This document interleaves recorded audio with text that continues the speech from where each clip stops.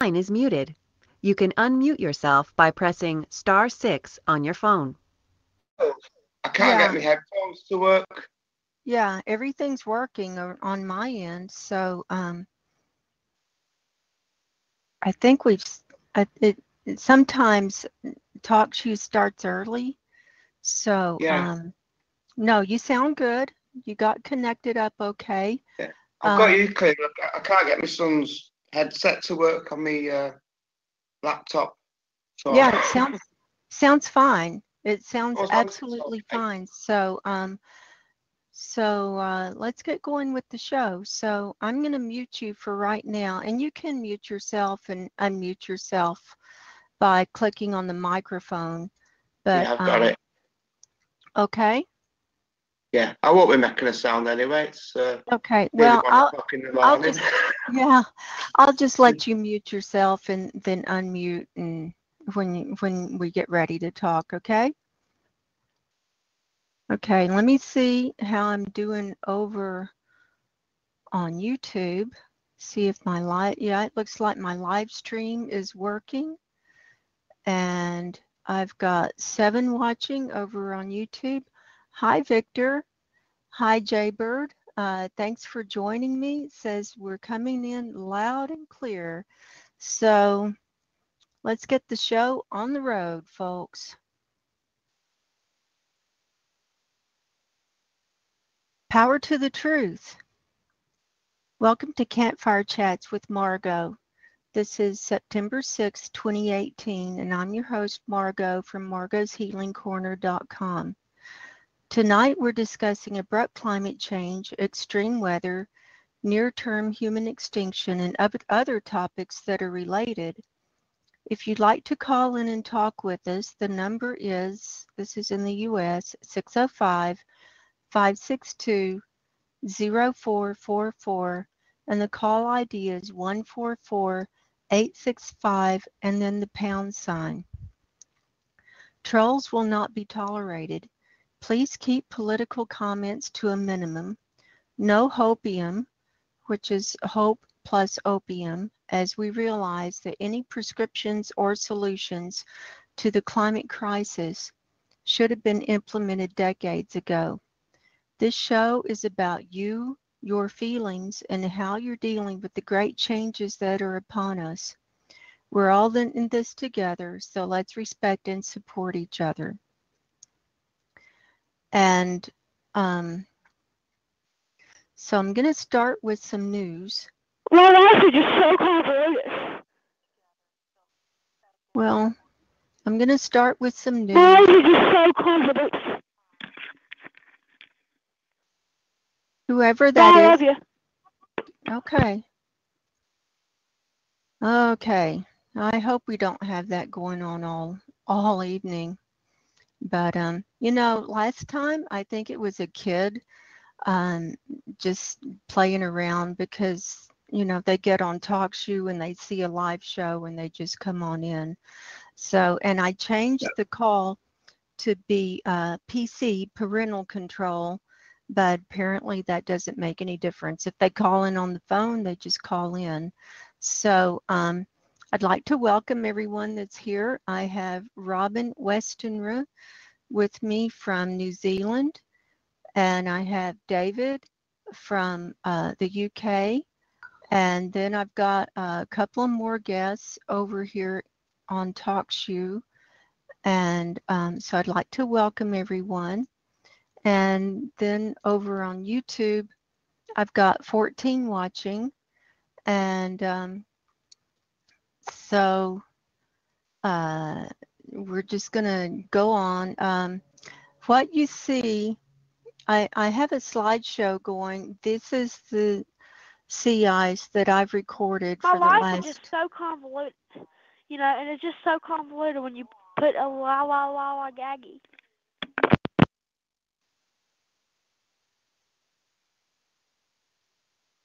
You know, I don't even know who that was. Does anyone have any idea? Was that caller 681 that's showing up on the participants list? I think it was. It sounded like that child again. I know it's the same thing. I wonder if it's AI, and I'm and I'm being targeted. I mean, it's just hard to know. It's just hard to know. So anyway, we'll just move forward. So anyway, I'm going to start with some headlines, and then we're going to look at some sea ice. I'm going to change my screen share. Hang on. I've got all these different browsers ready to go. Do y'all want to see the articles as I'm presenting them? I've got like 1, 2, 3. I've got 6 articles that I'm going to briefly go over. Do y'all want to see those? Yes or no?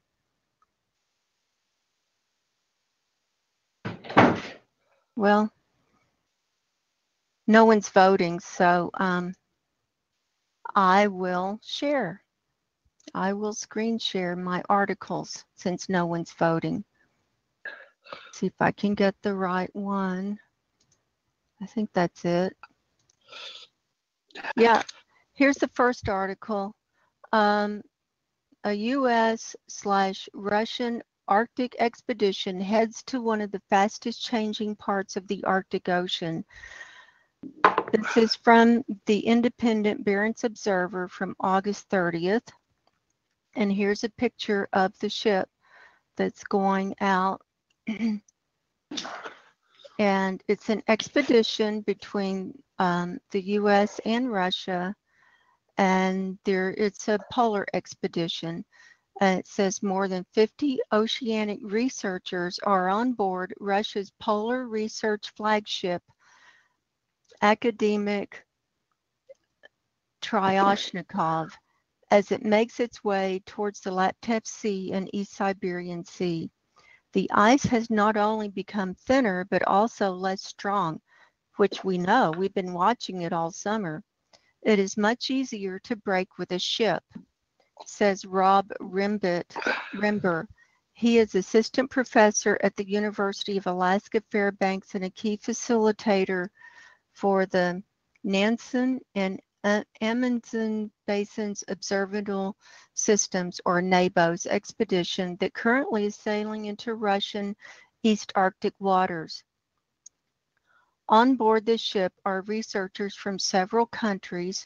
Most are from Russia, the US, and Germany, but Korea and Norway are also represented. The route goes from the Norwegian town of Kirkenes to Arkhangelsk, and from there further eastward to the East Siberian Sea. It's a 52-day voyage into some of the most remote and inhospitable waters on Earth. And then I found this part of the article interesting. They talk about how the ice has changed. And this one guy, this Rob Rimber, this is his 4th voyage. And it says he's seen rapid and dramatic change, and they call it rotten ice. The strength of the ice is changing, he says. When I visited the Arctic the first time in 2000, we had 2-meter thick ice that was very difficult to break. In 2015, when I was in the same area at the same time of year, the ship could hardly stick its nose into 1.4-meter ice before it cracked and split. The ice is simply getting very rotten. The quick changes in ice conditions are leading to change also in economic activity as well as political interest. And as this ship makes its way eastwards through the Russian Arctic waters, it's not unlikely to meet LNG tankers shuttling to and from the Yamal Peninsula, offshore supply ships working for oil companies, or naval ships on their way to new and upgraded bases. And just a few years ago, the researchers could not spot another ship for weeks as they sailed through the sea. So I'll leave the link below so people can read this article, and they talk more about how everything's warming up. And the researchers are going, and I don't think they have plans on going back for some reason. they're collecting data. What was it? But anyway, oh, here it is. The ice is much more degraded than before. On top, about 30 to 40 centimeters of hard ice, and underneath, lots of rotten ice. And we've talked about that ice melting from underneath, haven't we, Robin? Yes, and I just wanted to come in here because I just saw a fascinating documentary that was made. I think it might have been made sort of 6 to 8 years ago, but it was the Inuit voice on climate change, and it was fascinating because they were talking through their own observations, what they were observing. They were talking about exactly what this article and what we've been saying. They were talking about, you know, how it's melting from underneath, and that the ice is sort of is rotten. I mean, a lot of different things really, but it was direct confirmation from people's, you know, own observations of what they're seeing in their own backyard, you know. Right, and the Inuit people are so close to nature. I mean, they're part of it. And I'll read this other sentence. The prospects look grim for the white Arctic sheet. The amounts of heat coming in are big enough to ultimately melt it all. And going right along with that article is this article from Yale News, and this has been all over the climate change community and in different versions. But this article by Jim Shelton came out on August 29th, and it's called Archived Heat Has Reached Deep into the Arctic Interior, Researchers Say. And then here's this map of how it's heated up in the interior of the Arctic, and like here's the sea ice, and how it's heated up the most right over the middle, up to 5 degrees. I guess, yeah, well, I'm not sure how they're reading that. I think it's 5 degrees. So this is a really good article, and they talk about the water coming in. Well, I'll just read a little of it. Arctic sea ice isn't just threatened by the melting of ice around its edges. A new study has found warmer water that originated hundreds My life just seems so convoluted, and it's awful. hundreds of miles away has penetrated deep into the interior of the Arctic. That archived heat, currently trapped below the surface, has the potential to melt the region's entire sea ice pack if it reaches the surface, researchers say. Now, one thing they don't say, Robin, is how fast it would melt all that ice pack. Have you seen anything on that? No, well, and also they don't say how long it's been happening, you know. I mean, obviously it's been happening for a long time because these Inuit were talking about it, you know, whenever it was, 8 years ago, 10 years ago. And there are other people who have been documenting the loss of the ice even during the winter time. Yeah. And it's been going on for years. And it's because the ocean is getting warmer and it's mixing with the fresh water and the whole thing. So there's that. I'm not going to read that whole article. Then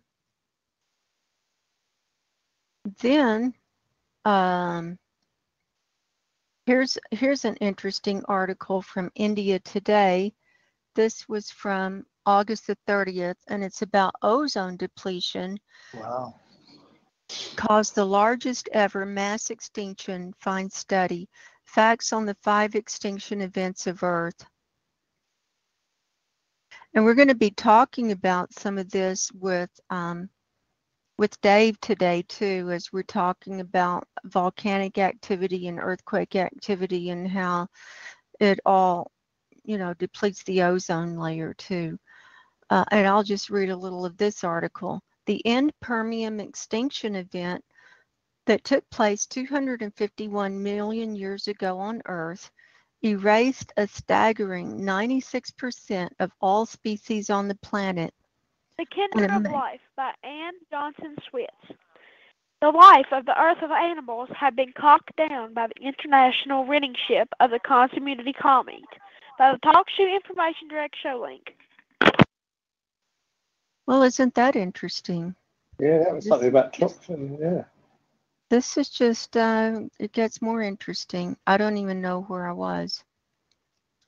The Permian extinction event is the largest the Earth has faced till now. The Great Dying, as it is also called, occurred due to a massive volcanic eruption in the present-day location of the Russian province of Siberia. The volcanic eruption was also called the Siberian Flood basalts, and it ran for almost 1 million years. The scale of this extinction was so incredible that scientists have often wondered what made the Siberian flood basalts so much more deadly than other similar eruptions. And then you can click there if you want to read the whole article. So I thought that was interesting. And then a couple more articles. This one is off of your blog post, Robin, and it's a follow-up onto the missing data that we were trying to track down, the missing methane and NOAA data off of CAMS and NOAA. And one of my subscribers said he had remembered seeing this blog post of yours on August 31st about the spy satellites being blocked by the U.S. military, and he thought maybe that might have affected those the European satellite that was collecting the data for the CAMS and also for the MET-OPS 1 and 2. So this is your blog post about. Yeah. And this was just the 31st, and that's when that data was missing. It was right around that time. So I thought that was a good catch on his part. That was from Sultan Bev. So and they were tweeting and saying distress signal and main frequency bands terminated, goodbye, and NSA no more and all this stuff. So and then you've done some follow-up stories on, and apparently this fits right in with the surveillance system and Space Force and the whole thing. So, and I think it fits right in with them implementing 5G and putting us all under a surveillance state and getting us all wired up. The whole planet is, so I'll leave a link below to that. And then this is a really interesting database that I found. This is run by two guys. One of them friended me on Facebook, and that's how I found out about this database, because he enters all the articles in this database. His name is the Jan Informational Riley. Database by the International Boost King by the American Flash Organization and the Pound Informational System by the Internet Database of the American Way.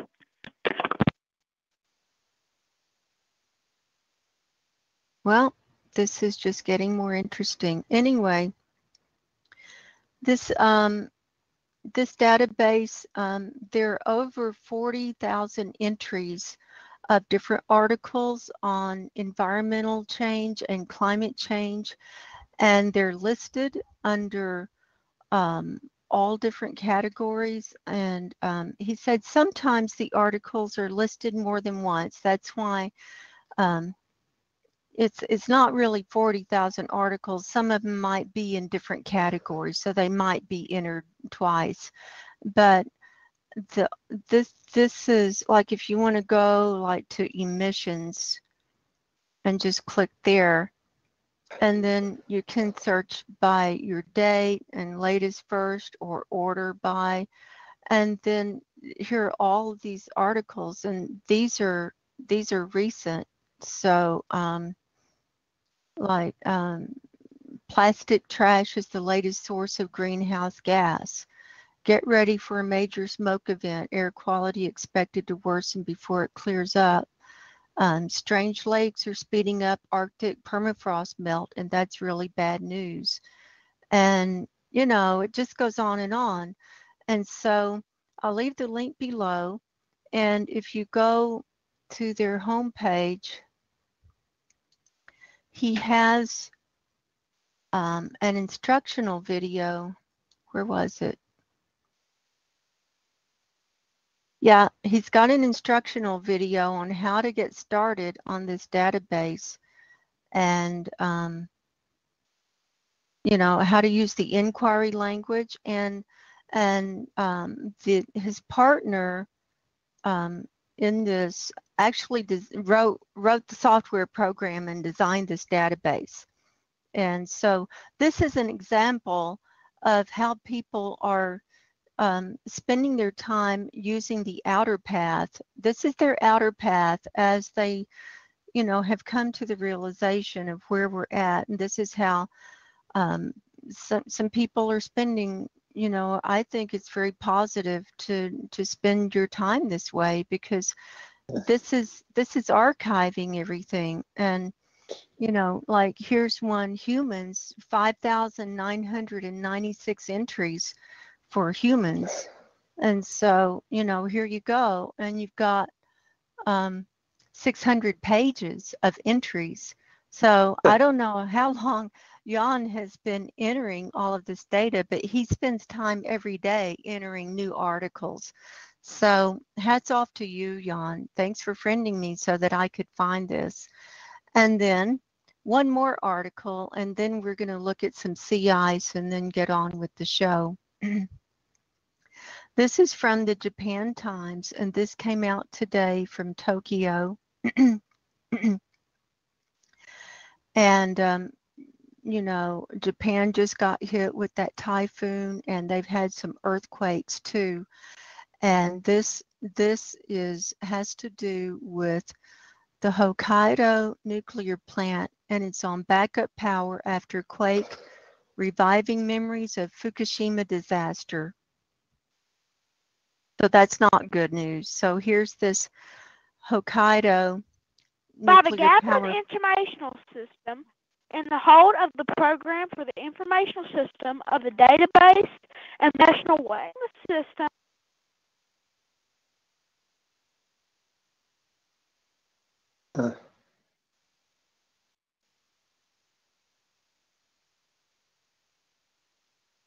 Well, I caught that soon enough to remove them, but you know, they'll be back. Anyway, a nuclear power station in Hokkaido is relying on emergency backup power after a powerful earthquake knocked out electricity on the northern island Thursday, offering a stark reminder of the 2011 Fukushima disaster. The 3-reactor Tomari nuclear plant, operated by Hokkaido Electric Power Company and in shutdown since the aftermath of the Fukushima disaster, lost power after a magnitude 6.7 quake hit the island in the early hours. The plant's fuel rods are being cooled with emergency power supplied by diesel generators.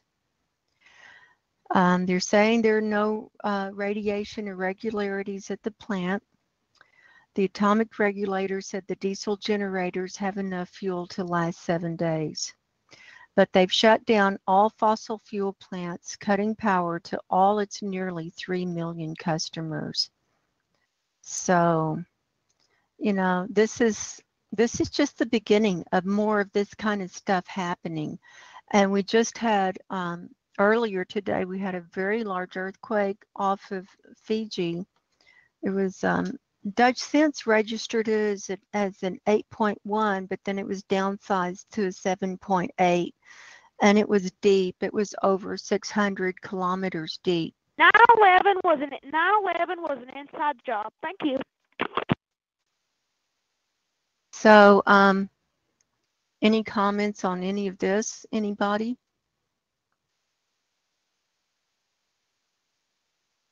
Like the nuclear power plant or anything like that before we move on?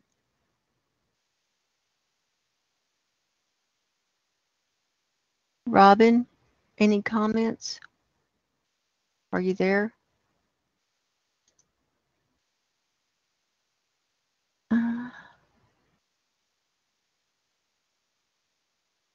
Hello?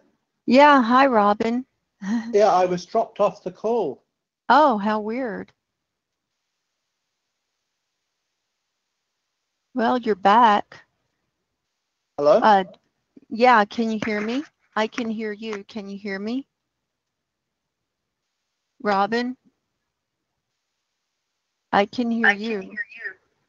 Okay. Yeah, no, I can hear you. Yeah, no, I was dropped off the call. I don't know what happened weird. there. I don't know. I don't know. Stuff is happening. Yeah, because that child's voice came on, and then immediately after that, I was dropped off the call. I thought you might have been just, hit the wrong button. Yeah, no, I didn't hit anything. But we're definitely getting interfered with tonight. So do you have any comments about any of those articles that I read before we move on? No, probably not. Okay, so I'm going to shut down that browser, and then, well, first of all, I'm going to switch what I'm going to screen share, and I'm going to, we'll look at our Arctic sea ice. We'll do a little update there.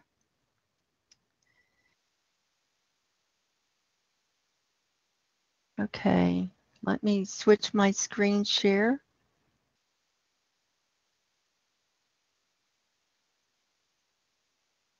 I think it's this one. Yeah, that's the right one. In the meantime, I'm going to shut this other browser so I have one less thing to worry about. Okay, I've got the latest USGS earthquakes map up. This is from today, and we can see, I just want to update everyone real quick on earthquakes because I know everyone's curious. And they're all on that ring of fire, as you can see, most of them, except for these up here in Alaska. But this down here in Fiji happened much earlier today. It was a 7.8. That was that big blue dot coming in. And USGS finally put it at 608.6 kilometers deep. So that's so deep. Dutch Sense said that it was going to be moving all the plates around the planet. So we should be expecting more and more earthquakes.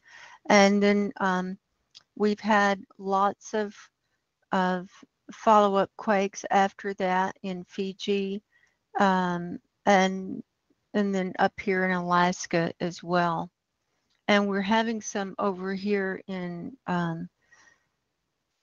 what is that? The British Virgin Islands. Quite a few over here, and see that's on a plate too. So anywhere, I didn't mean to do that. Anywhere you have those plate edges, they could be moving up and down or back and forth or sliding one up underneath another one, and then it can release pressure and, set off earthquakes. So I thought I'd start with,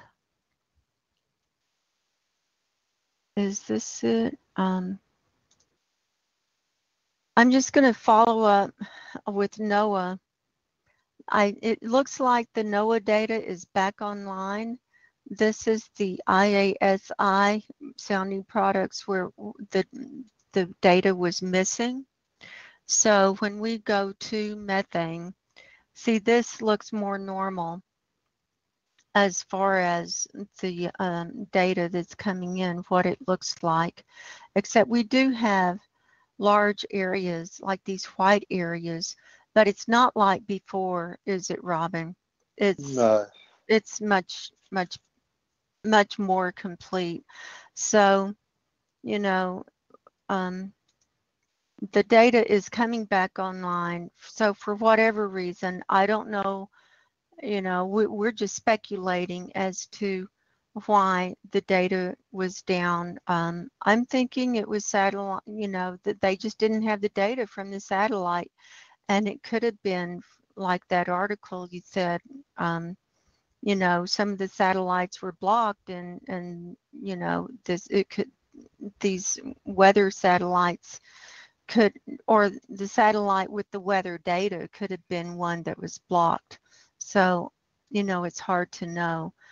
Also, here is the Navy website, so we can look at the latest sea ice thickness. Here it is from today. And we can see that we still have some lacy ice over here on the west side. It's gone quite thin all the way through the Arctic, and just a little bit of like the 2 to 2.5 meter ice here on the northern edge of the Canadian islands there. Paul Beckwith just did a really good video on Arctic sea ice and comparing it from the last few years. And so I'm going to refer people to that, and because he did a really good job of showing the comparison and showing how the ice has changed and the difference. Hello? Hello, who's there? Oh, am I on the live show now? I'm sorry, yes, you are. I wasn't sure how it worked. Yeah, you are. Yeah, we're not quite ready for discussion. Is this 309? Area code 309? Yes. Okay, we're not quite ready for discussion. Or are you wanting to talk about some things, 309? Yes, actually, I was just talking, kind of what you were talking about. Okay, we're not quite ready for discussion. About bringing nigger back. Nigger.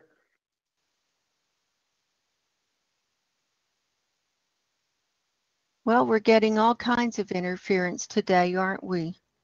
You know what this means?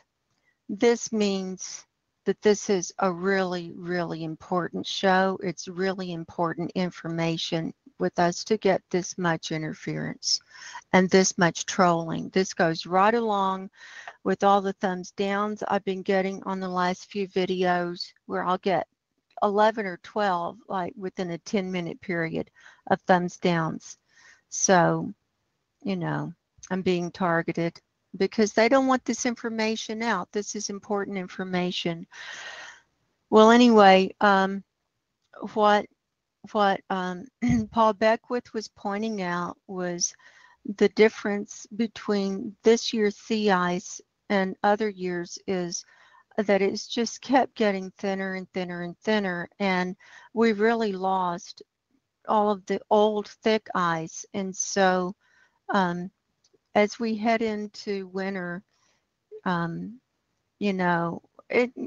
will be some freezing and the ice will come back, but it won't be real thick, and especially with that warm water coming up underneath. So I just don't know how thick it's going to come back. He seems to think we're going to have the Blue Ocean event next year. He seems to think we've got another year.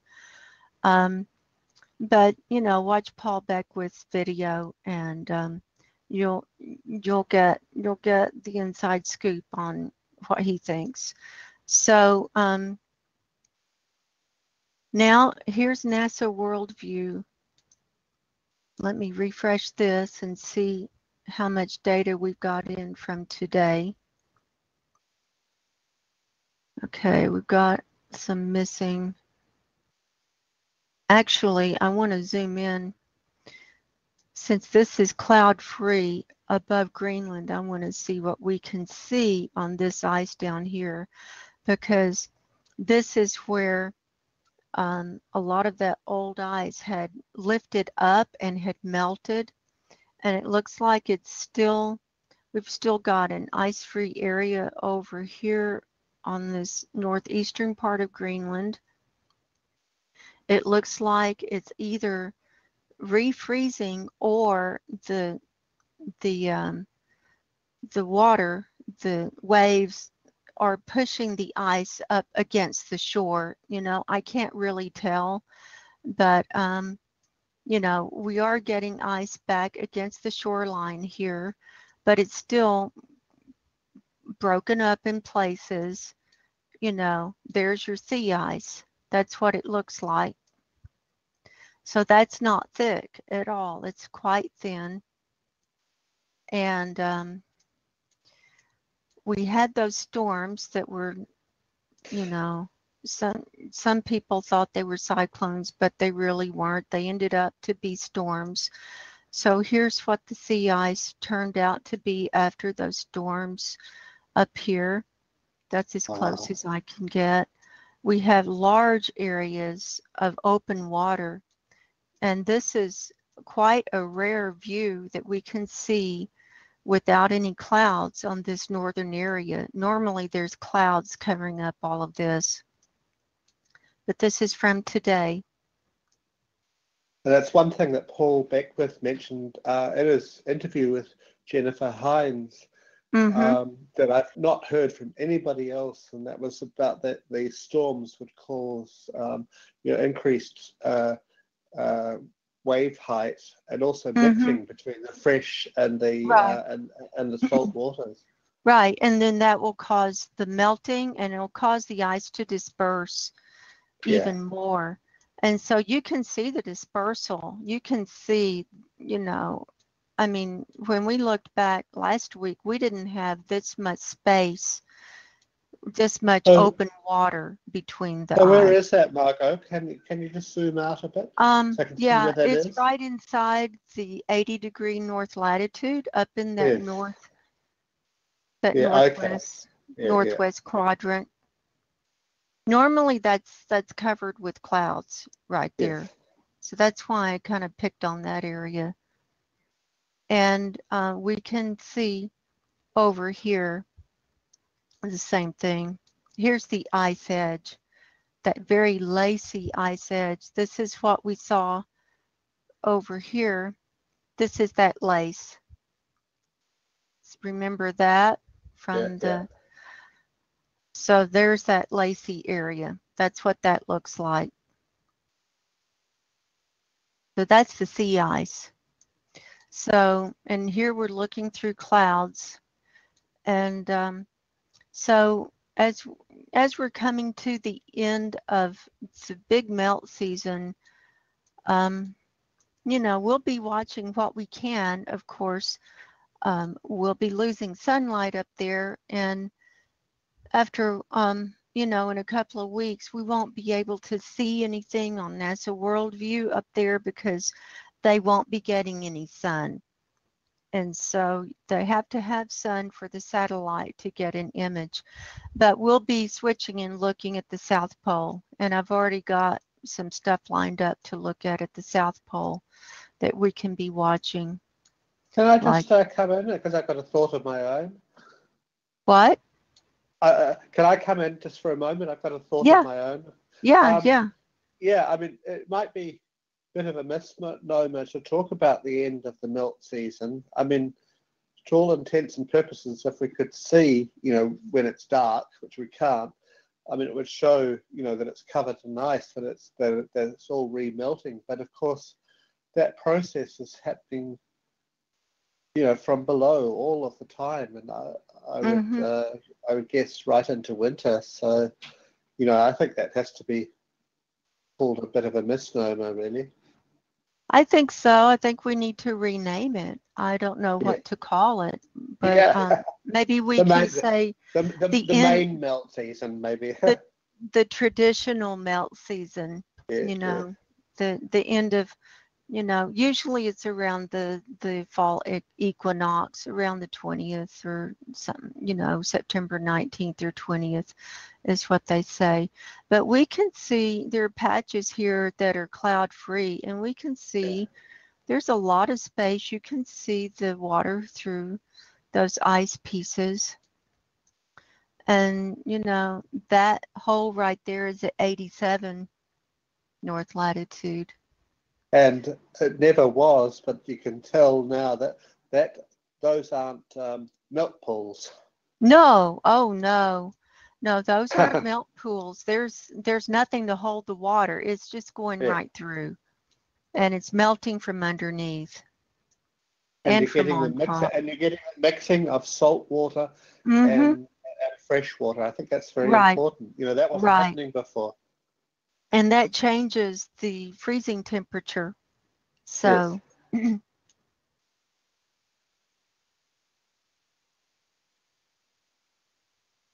so there's our Arctic from today.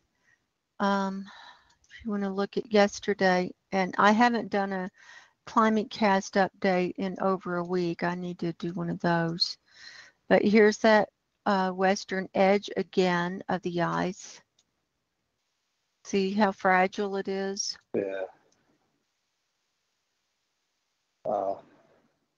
And also what Paul Beckwith was pointing out was this year there was all that melting in these little tributaries, you know, in between all these islands and up in the Canadian, these are the Queen Elizabeth Islands. You know, that's all ice free, and we can pretty much see it in this view from the 5th. There's a little bit of cloud cover, but this is pretty much ice free. And you did that one article and showing the ship coming up through this one of these northwest passages, and it was just coming right through. Yeah. And there were chunks of ice, but you know, they didn't need an icebreaker to get through. And this is all of these areas between Greenland and coming up through up to Canada and through up to Alaska. That's called the Northwest Passages.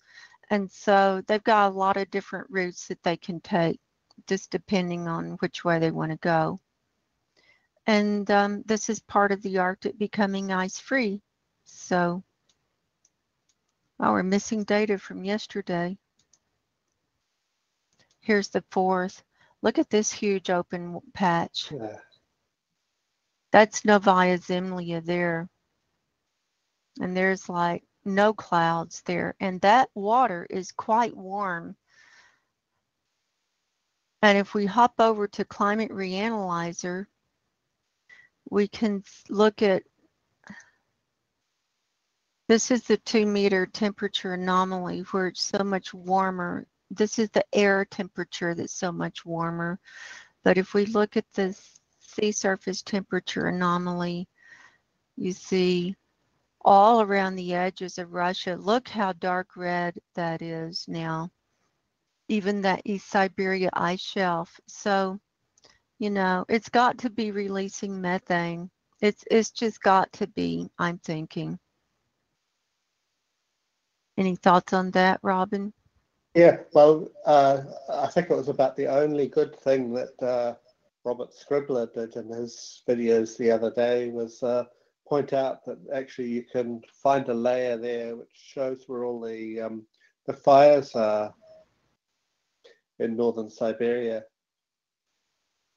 Oh, on Earth Worldview? Yes. NASA Worldview.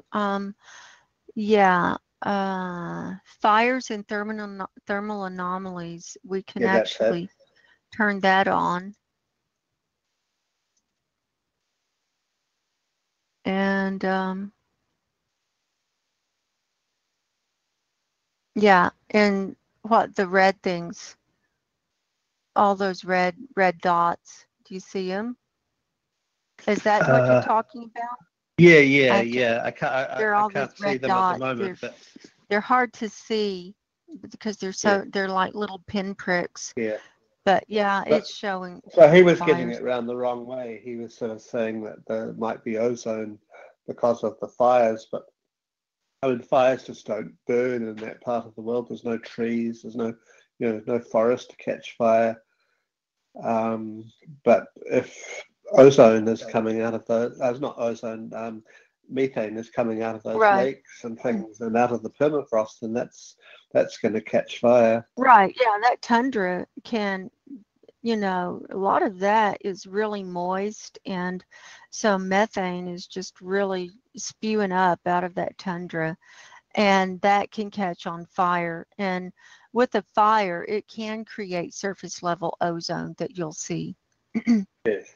So another thing before we move on and start talking to callers and things and start talking to David about his research, CAMS just updated their website today. So I spent about an hour this morning learning how to read and maneuver the new and improved updated CAMS website that I don't really care for. I find it difficult to find my way around in. The only view you can see anything in is in the charts view now. So instead of having it fill up the whole picture where we go to the plots view, it won't do that anymore. So when I logged on to the computer, this is how it was. And now all of your filters are listed over here on the left. Instead of having the drop down, there's no drop down for the filter now. We still have the levels over here, total column surface and so forth. We still have the areas here. And here we have our base time that we can start from. And I did have 5 days data here, but now it's only 4, and I don't know why. I don't know why they took Thursday off. Let me reload this and see if it comes up. I thought I had 5 days data. No, there's 4 days. But anyway, so this is what it looks like. And another thing that's missing is the chart at the bottom that tells us what the different colors, what the readings are that correspond to the different colors. That's missing. So I find that very inconvenient. The only way we can find that chart is, okay, so I put my cursor here to look at methane for Wednesday, August the 5th. Excuse me, getting hoarse. If you hit print,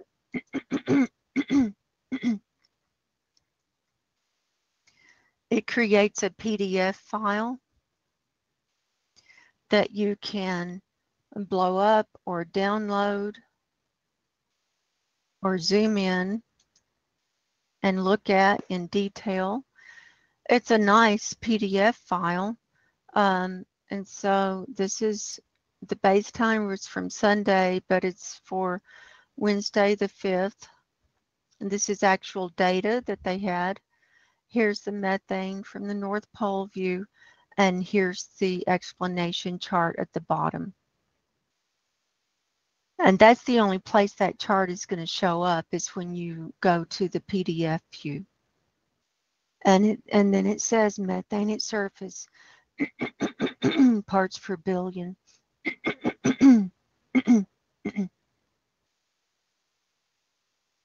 So, any comments about that? Yeah, just that some of that activity further east, on the Laptev Sea seems to have died down, but there's a lot more happening around Novaya Zemlya. Yeah, and there's stuff coming up. Yeah, I yeah. mean, it doesn't have to be super red for it to be coming No, up. I no. mean, it's still orange. Yeah. So we still have methane being emitted. And so, we'd have to run the movie, and I'll do that later when people are chatting, and I'll just have that running as a background. So, so that's the new cams, which I'm not impressed with the way they changed it. But I can kind of understand this way. They only have to update one view. They don't have to update two, so they were probably trying to streamline their database or something. But that's all I had to show people as a background to the show today. Is there anything you would like to discuss, Robin?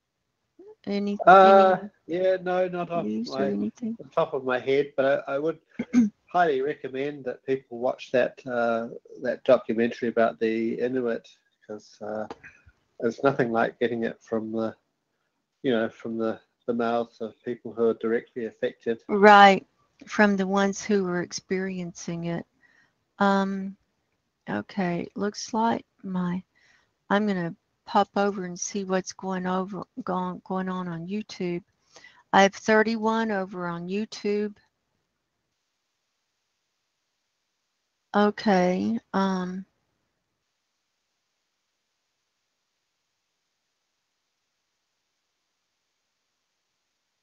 Anyway, I'm everyone just be on your best behavior. We're on the honor system here. So let's move on. So thanks, Robin, for your input and for all of your hard work. Your blog site is Robin Westenra, WESTENRA.blogspot.com. And so now we're going to switch gears and let me see what's going on over in TalkShoe. David, are you still with me? David? I just unmuted you, David. Hi, David. Are you still with me? Yeah, Hi, I just Margo. unmuted you. Hi. Hi, everyone. Hi. I'm going to introduce you. I'm going to bring up a different screen share first, though. Hang on just a second. Okay. All right. And because I've got your part of the show on a different browser window completely.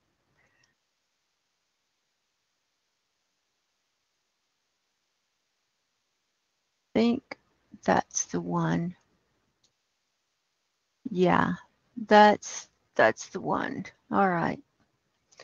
So. About the sulfur. Yeah. Well, yeah. I'm gonna introduce you now. Today, well, I'm just going to give a little background, and then you can tell people about who you are. This gentleman, Dave, is from the UK, and he contacted me through Facebook. And if it's okay, I'd just like to read your first message that you sent to me from Facebook. And it's just introduction and why I invited you to come on the show with your research, because these shows are for us, and I have a lot of really, really super intelligent listeners and people who watch my videos, and a lot of people are citizen reporters kind of like me, and you don't have an outlet, and you come to the realization that things are really bad and things are going to be ending soon, and you have to find an outlet. You have to find some way to I don't think my screen is sharing right. Let me see if it's over on YouTube. I didn't see it over there. You have to find an outlet for how to spend your time you know, what to do in these last few days and weeks to come. Yeah, it looks like it's coming through. And so, you know, you sent me the message, and I thought, well, you know, this would be a really good thing for him to present. And Dave has been doing his own research, and he's got his own theories on some things, and I don't even know what the big punchline is. So he's going to make a presentation here tonight, and then we're going to have some discussion on what, if you want to ask Dave some questions or go further discussion, or, you know, we'll just head off into some other areas. So here's the first contact from Dave on August the 20th. He goes, "Hi, Margo. Hope you're well. I live in the UK and have been saying since I was a teenager in the 80s that humanity needed to go back to a pastoral existence for its own survival and well-being of the planet. So now here we are.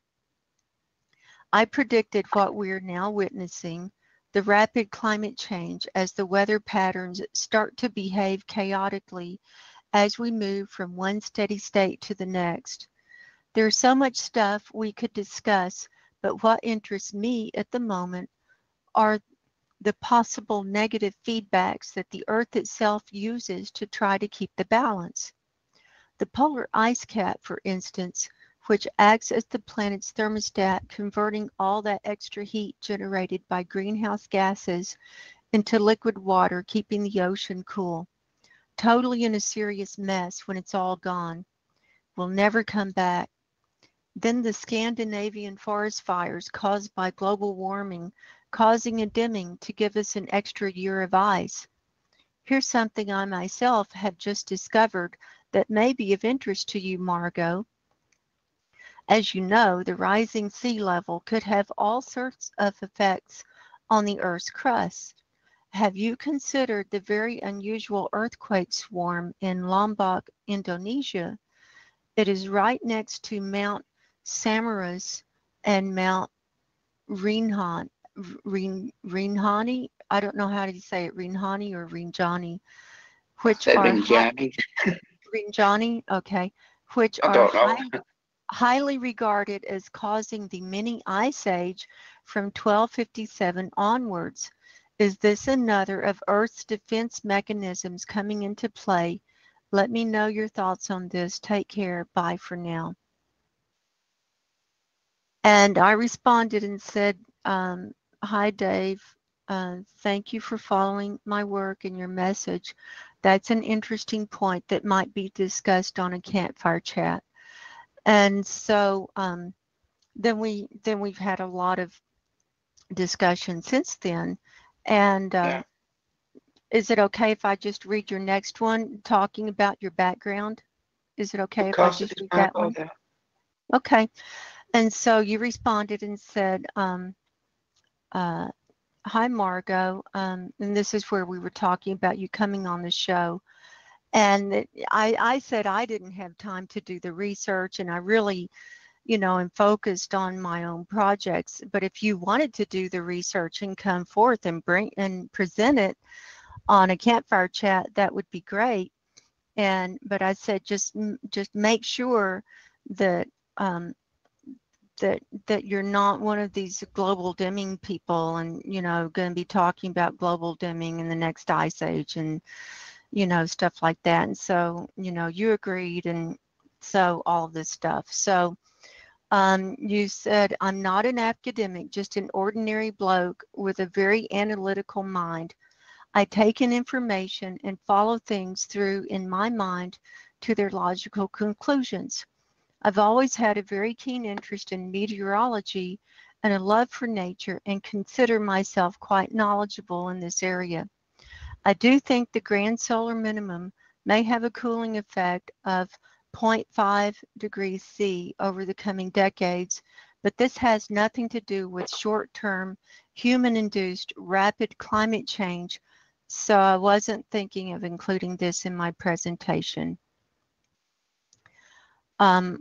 And then we'll leave the rest of that. You said, "Just think things have gone too far for now for us as a species to do anything about it. And I agree. You know, I agree that's with the you. Ozone's not going anywhere fast, is it? It's there to stay. Yeah. 1,000 years.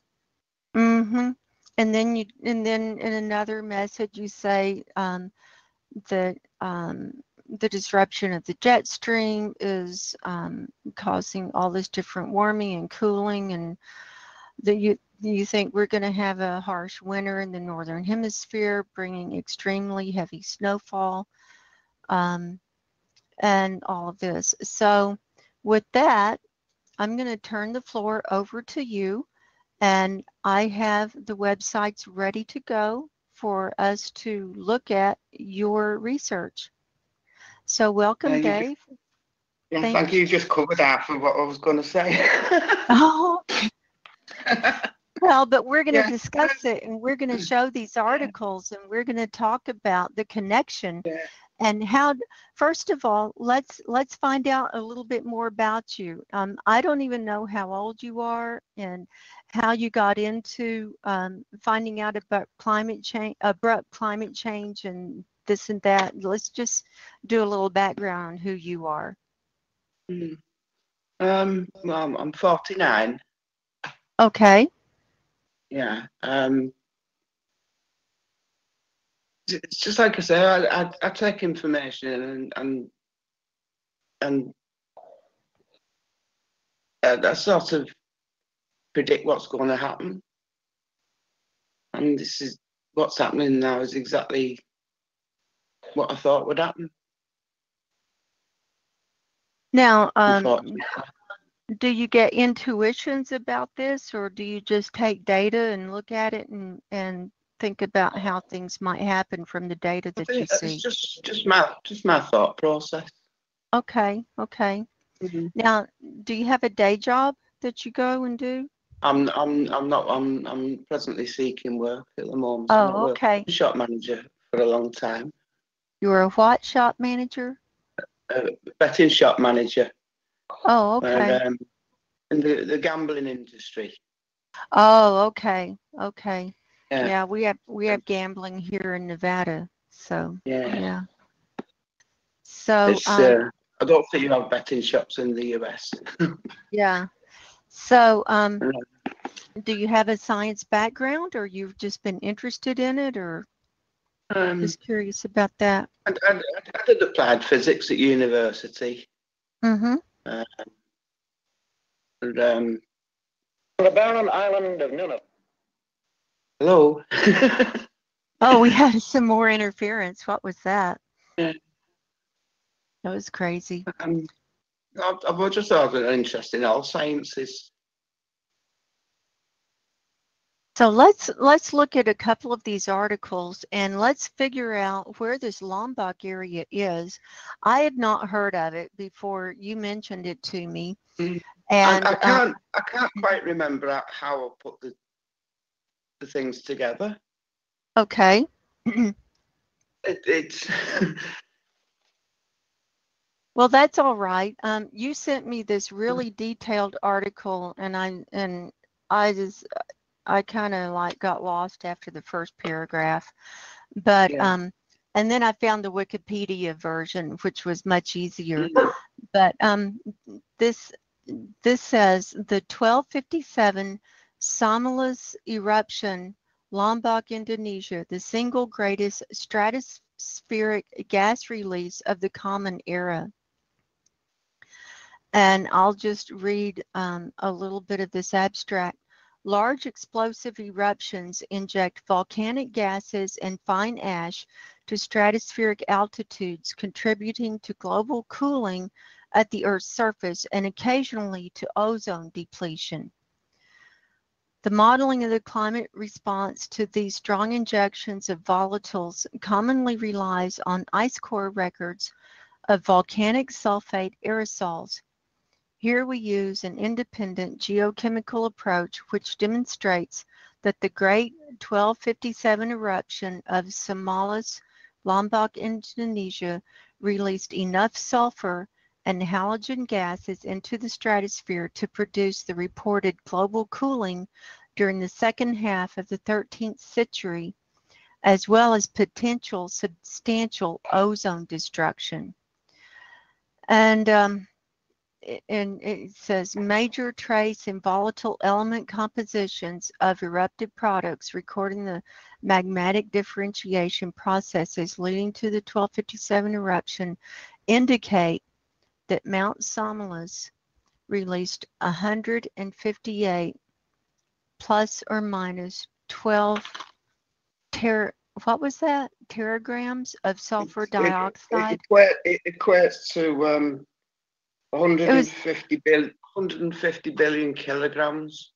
Yeah, it was like 150 megatons is what I found, or something like that.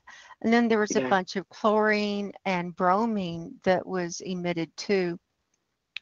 And anyway, I read through it and read through the other articles, and they studied ice core samples from the Antarctic and found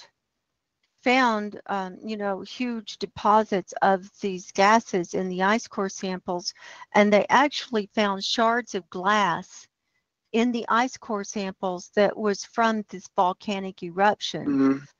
So that was fascinating to me. Now you want so high up in the atmosphere. Yeah. Now you wanted to look at this map, right? Here's the map, and Lombok. Well, let's get a little bit of perspective. We'll go back over here to let's go over to our earthquake map, and we'll get a little bit of perspective about where this is. And this is a highly active area for earthquakes, highly active. Now here's Papua New Guinea, and all of this down here is Indonesia, all of this. And you see, okay, and I'm just going to keep going in. All the volcanoes there, they're all highly sulfuric. Now here's Bali. This island here is Bali, and Lombok is the next little island to the right of Bali. So there's Lombok. And I meant to go on this map. This is the last 30 days of earthquakes around the world of 4.5 magnitude or higher, according to the USGS. So it's this area right in here. So we just keep going in. And this area is still highly active, and it's this island here. And look at all of these earthquakes that have happened in the last 30 days just around this little island. So it was interesting that you found this, that somehow you came up with this, and this was such an active area, in 1257. And I still don't remember making the connection, whether I did it when I was dreaming, I don't know. I think you were guided. I just think you were guided to it. And it's strange, I can't explain. And when I made the connection, I thought, oh wow, if that goes off again.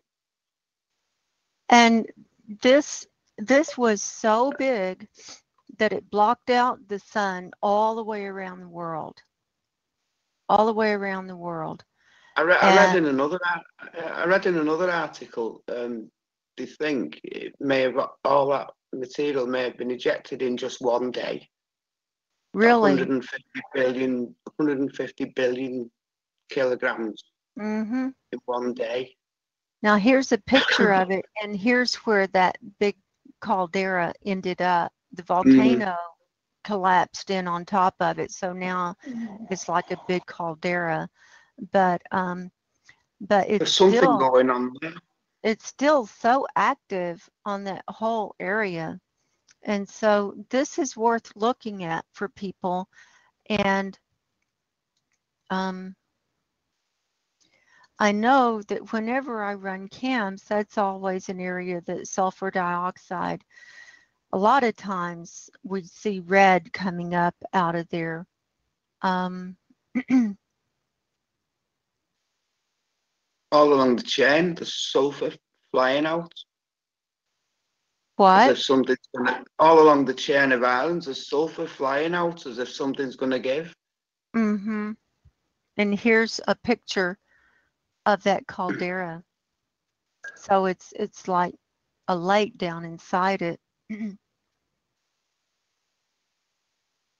Anyway, Wikipedia will tell all about it. And here they said that it was a volcanic event in 1257 to 1258 and was identified from data in ice cores and from medieval records in the Northern Hemisphere.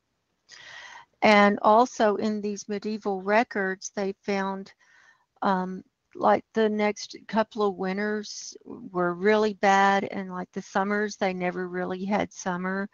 It was cold and it rained the whole time, and there were famines and crops didn't grow, and lots of people died. Lots and lots of people died. I also, I read a third of the population of London at the time perished because of it.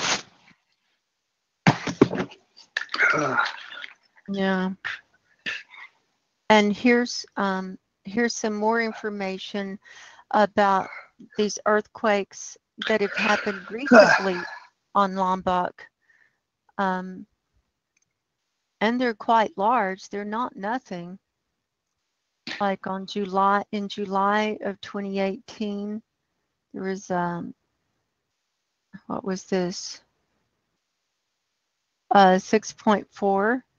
August the 5th, 6.9 and 7.0. August the 9th, 5.9 and 6 deaths. August the 18th, this is all this year, 6.4 and 2 dead. August the 19th, 6.9 and so forth. And here's another picture. Look at all those earthquakes. So this is, it's a little tiny island, but it packs a punch, doesn't it, Dave? Certainly does. And then this picture shows the different areas on the island, but it seems like the earthquakes are mainly happening around the northern area and then up to the northeast on that next island over. Yeah. And then I found another article about it where this whole it was analyzed. It says that they weren't able to keep records very well back then. I mean, this was in the middle of the Middle Ages. Mm. So right at the beginning of the Dark Ages.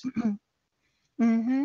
In the Middle Ages, it says the 1257 eruption of the Seemorerocks volcano in Indonesia produced a dust cloud that blocked out the sun around the world and has been blamed for triggering severe food shortages and turmoil worldwide.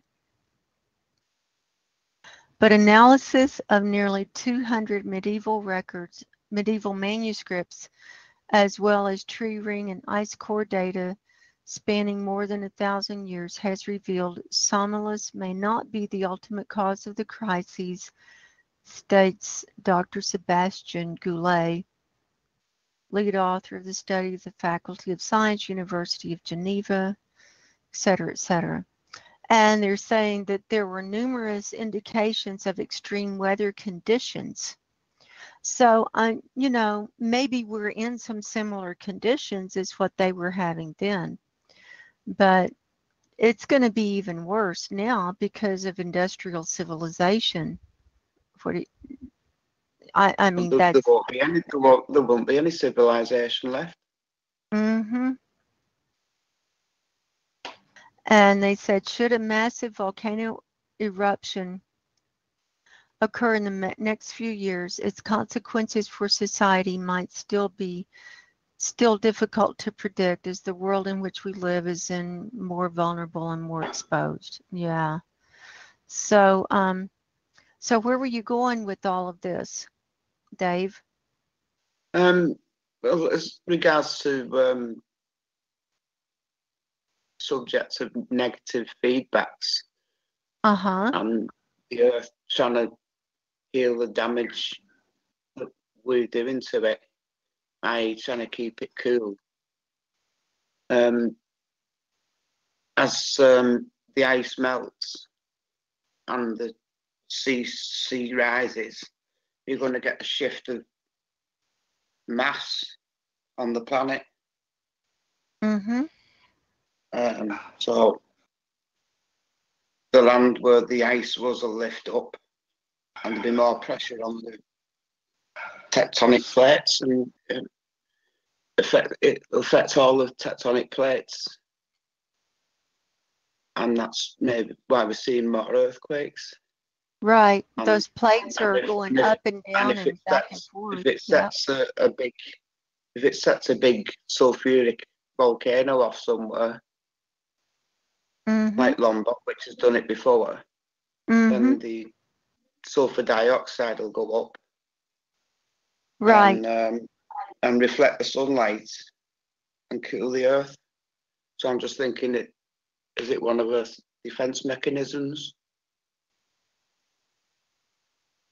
Well, it's not only a defense mechanism, it's just how the Earth is reacting as a result of all of that, you know.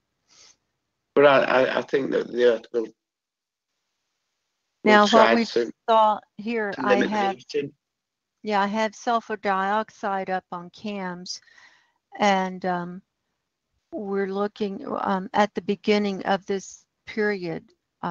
There was a big explosion of Vanuatu, and we still have stuff going on Hawaii, still stuff coming off of Alaska.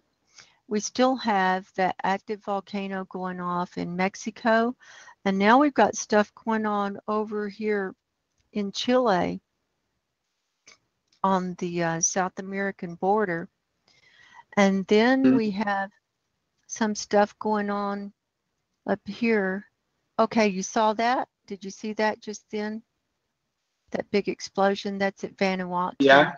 And what I found is when you have an explosion like this, that can be a forerunner of earthquakes, you know, that when I see a release of sulfur dioxide like that, that can be a forerunner of earthquakes, and it can be like on opposite side or nearby, but it's usually connected to a plate that's next to that. So you're right, Margo. They go hand in hand together. They go hand in hand. Yeah. Yeah. Yeah, they do go together, don't they? Now, I wanted to show everyone the ozone hole over the Antarctic, because this sulfur dioxide and everything is so close. See how close this area is to the Antarctic. So whatever comes off of there is going to be affecting the ozone layer.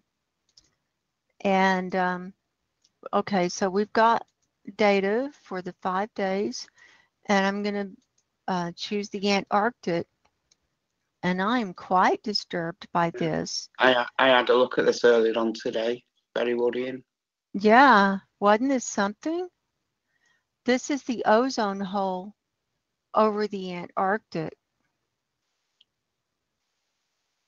This is from Sunday. Let me reload this, see if I can run the movie here. I think that CAMS is going to have to work out their bugs. I just don't think their bugs are all worked out on this new system. Now there's nothing coming up. Oh, there it is. Here we go. I'm going to run this movie while we talk. That's going to be loading up.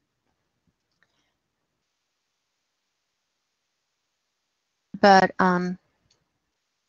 what we have, this aqua is 220 Dobson units. This purplish is 200. And this blue is 175. And then there's a darker blue that's going to pop up that's 150 Dobson units. And that right there, that bright blue, that's 150 Dobson units. So that equates to 1.5 millimeters of thickness of ozone. It's thinning day by day, and it should at least be stabilizing by now as the sun's starting to hit it. It should be. It should be growing. I mean, the ozone hole should be closing up now that it is getting some sunlight, I would think, and they're getting warmer temperatures. But it looks like if that carries on during the summer, then it's just getting bigger. I just don't know what's going on. It shouldn't be. I don't think so. I mean, according to my research, it shouldn't be doing that. So I'm thinking that already so much sulfur dioxide has been released from the constant volcanic activity around the world this year that it's eating away at that ozone hole. Something's eating it. It's crazy. I know. And then that's going to be really bad as that sun starts coming up, because that's not going to be filtering out the UV rays, and then the UV rays are going to melt the ice faster, and the glaciers and the ice shelves, and Antarctic is already in trouble. They're already in trouble because those glaciers are melting faster. So, you know, we're not out of the woods just because we didn't have a blue ocean event in the Arctic this year. So now, so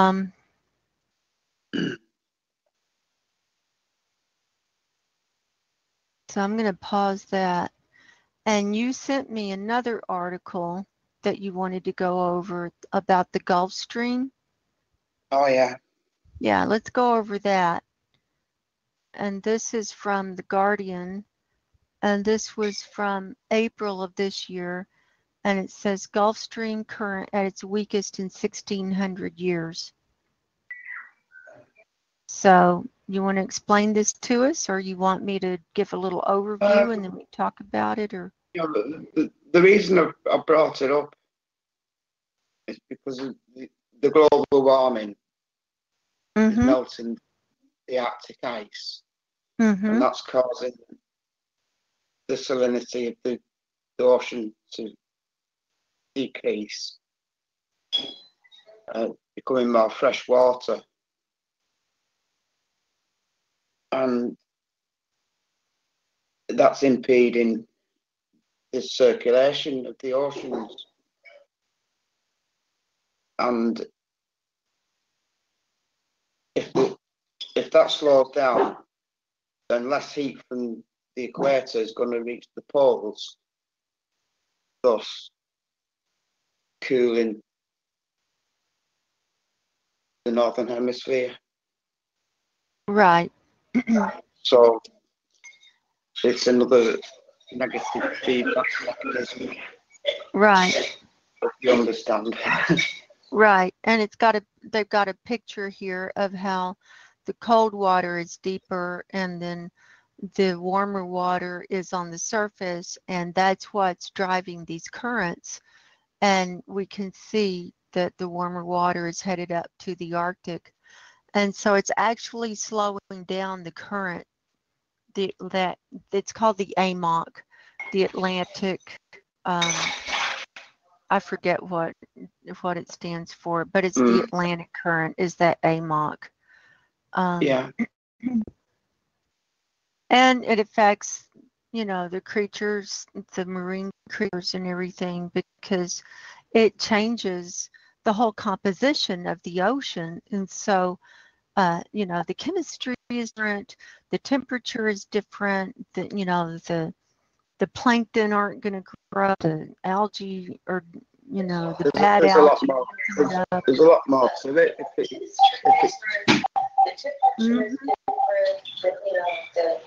The plankton aren't. Oh, we're getting some feedback. Is that on your end?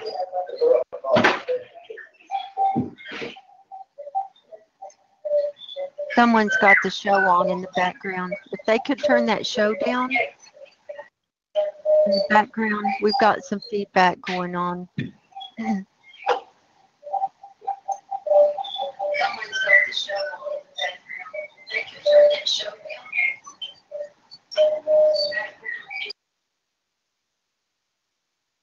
Okay. Yeah, I think that was. Yeah, I think that was. Yeah, I think that was.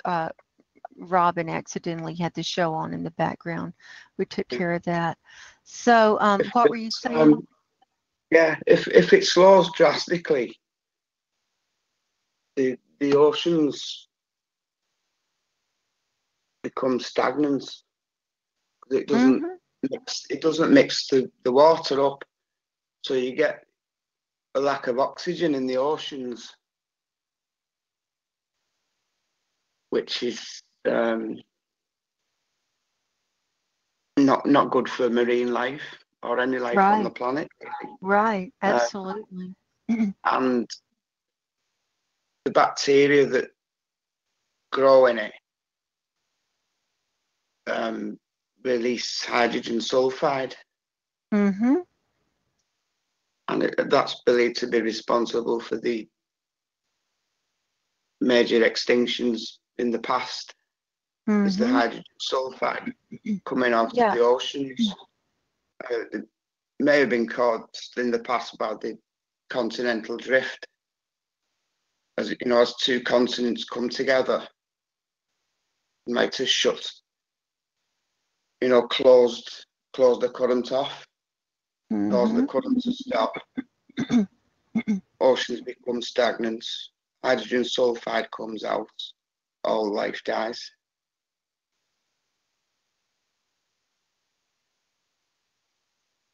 Yeah, isn't that called the Canfield Ocean event or something like that, where the oceans become acidified? It's the lack of oxygen when the currents shut down. Right. And that causes nasty things to grow in the ocean. Right. And you get the release of toxic gases, which kills most of life on the planet. Right. And the phytoplankton are responsible for creating a lot of the oxygen. And so if those can't grow, if the phytoplankton can't grow, then we can't have oxygen. And so I think they produce about 50% of the oxygen in the atmosphere, don't they? I think I read like between 50 and 80. I mean, it's different people probably say an different numbers. Yeah. But even 50%, I mean, we lose the phytoplankton, we lose the trees, and we lose the oxygen, and we're done. And the oxygen is so polluted now that it's not good the way it is now even. So let me see what's going on over on YouTube and see if anybody has any questions for you or anything that they would like to add. So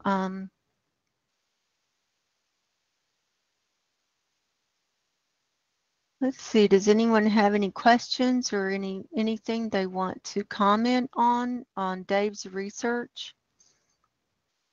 I'm looking at YouTube right now. They're talking about survival skills. Well, and nomadic style and everything, but I don't think we're going to be around that long. What about Dave? Do you think we're going to be around that long to have to use going back to the land skills? I think we'll be forced to if we survive.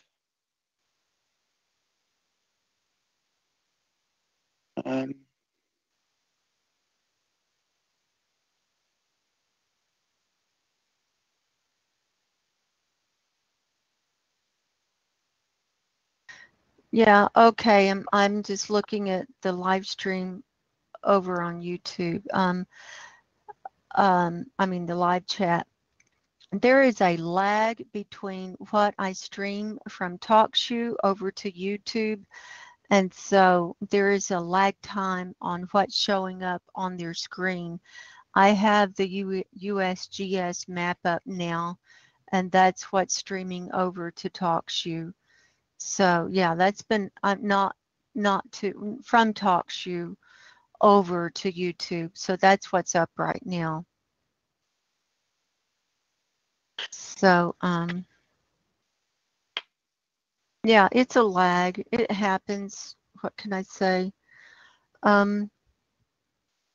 So do you have any you want to share right now, Dave? Let me go back to the chat room and over on there's a couple of other negative feedbacks.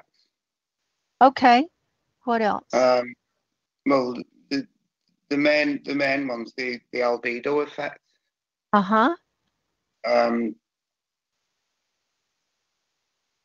As we know, with the warming Arctic, the jet streams going haywire.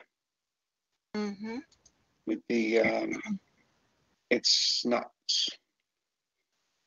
it's behaving strangely. Let's put it that way. So this is why I say we're in for a severe winter.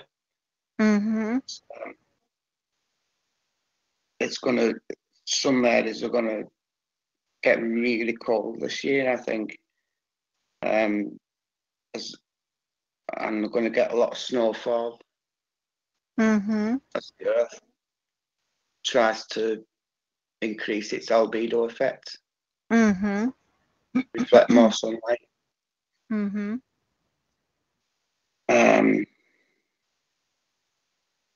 Yes, I think we'll see a few polar vortex events this coming winter. And all the climate change deniers will say, "Oh, it's never been so cold." Brr. Yeah. So when did I'm just curious. All that heat's in the oceans, and it's gonna come out. Yeah. El Nino this year, next year. Right. I'm curious. I'm always curious how people come to realize, and learn about abrupt climate change, and what were your initial feelings and things when you first learned about it? I've always been hopeful that it wouldn't come to it. But as the years go by, I've just become more and more pessimistic. Yeah. There's not enough been done, and it's gone too far now. It has. It has gone too far.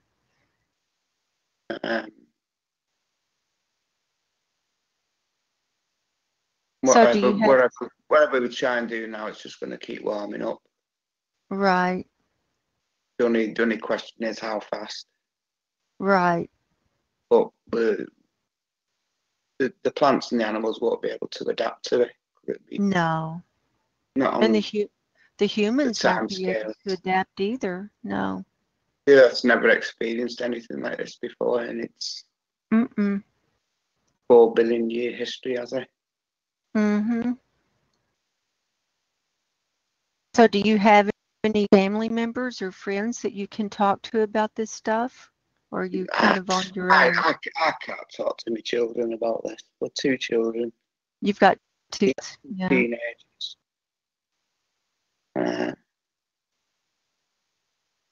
That's tough, isn't it? It is.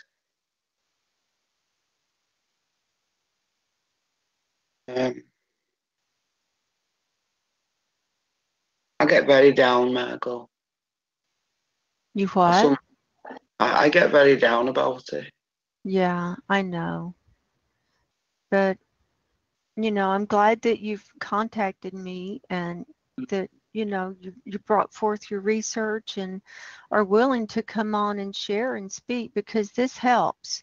It helps to have a place to come and to express, and, this is real, as you know, and I think more and more people are going to realize how real it is in very short order as things start progressing on a really fast scale. And they won't need us to tell them, will they? No.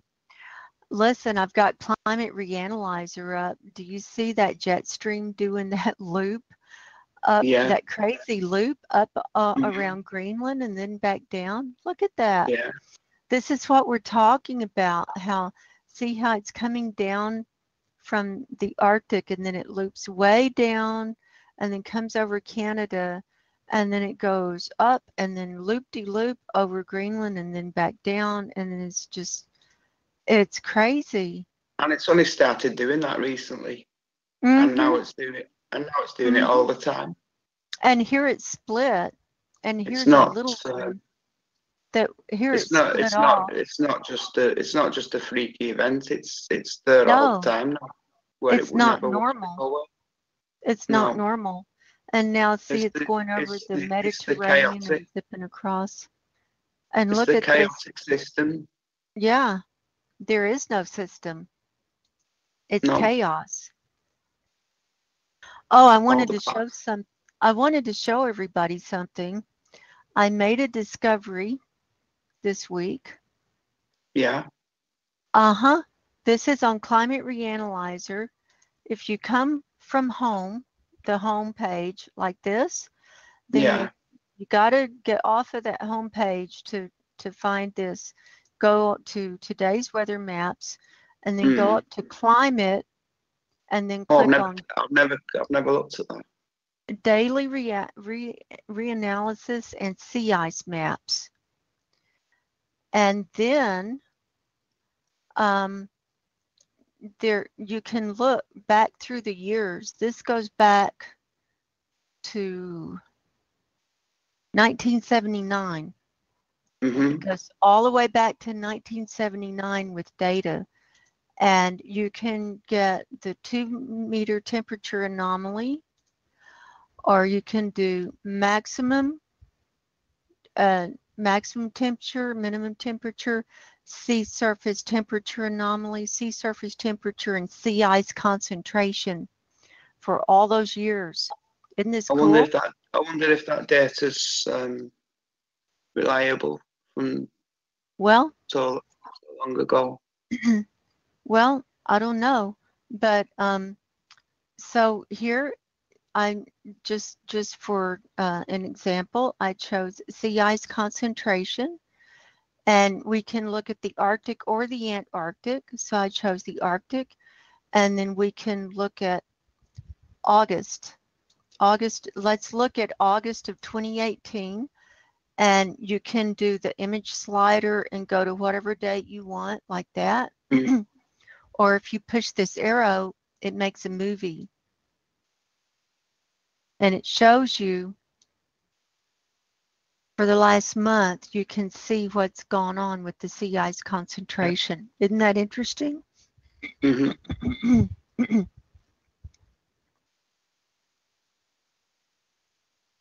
But they have to have a whole month's data before they put it up. I'll have a closer look at that, Margo. I'll have a closer look at that.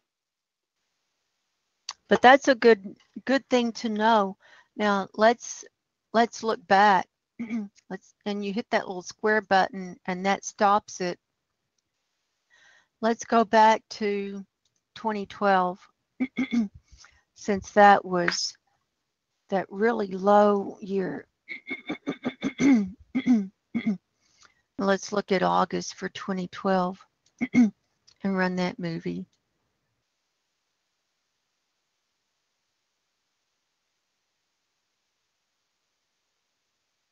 That's a lot different than what we're seeing this year, isn't it? Yeah.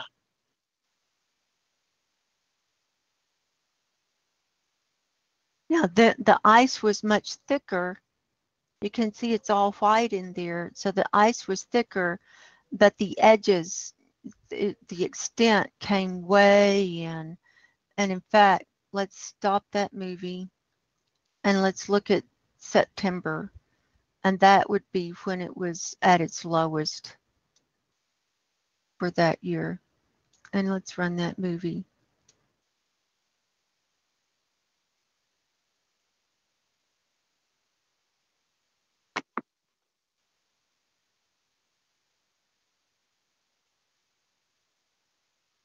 Well, our extent is a lot better, but our thickness is gone.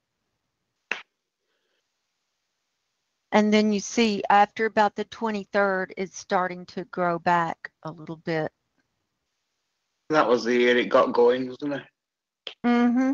Yeah, that's the lowest extent on record. The end of the Mayan calendar. Yeah, I thought we were going to beam out that year, but it didn't happen. And you can run a whole year. See? January through December. We can run the whole year.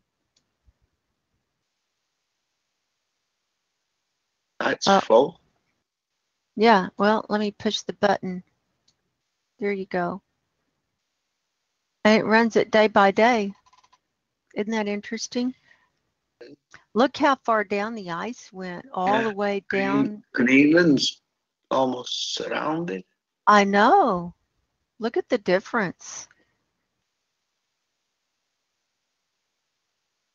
Got used to seeing it as it is today. And you I forget know, how without any eyes. I know.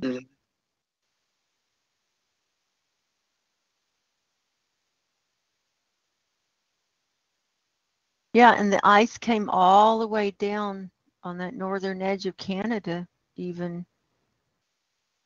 And look, it filled up the Hudson Bay.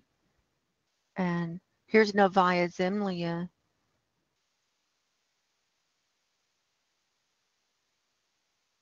Now it's up to March. No danger of any methane coming up there, is there? No, I don't think so. I don't think it was coming up during that point. So now it's up to March.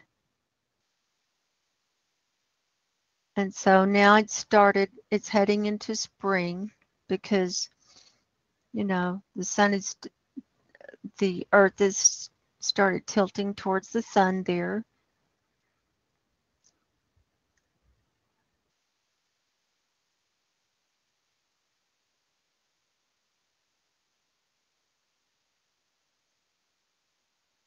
Well, it's just going pretty slow, but it's gradual.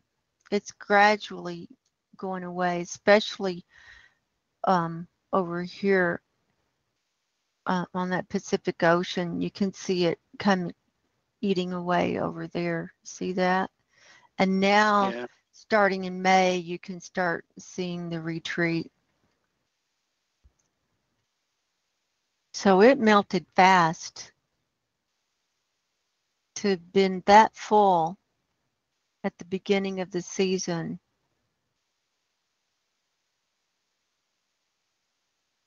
And now it's speeding up. Look at it.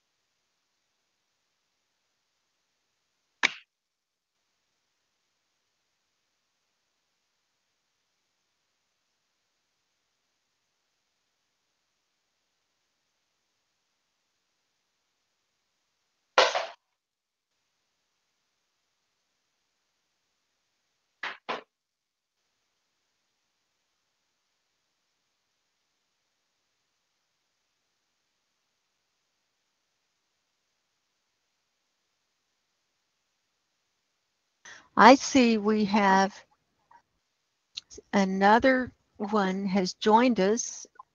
who's one of my subscribers from YouTube. Max? Max, do you have a microphone? I'm going to unmute him. Max, are you there? Yeah, I am here, but I'm still working on my rig. Can you hear me? Yeah, I can hear you. Yeah. All right. So I was trying to find my headset. I was scrambling to get it. Yeah. So well, what I was what? Sorry. Go ahead. Thanks for joining us. No, it's a pleasure, and I really enjoy listening to your webcasts or these streams. It's always a pleasure and good information. I think you're doing a great job there. Oh, thank you. And Max is from Finland, so I have people from all around the world here.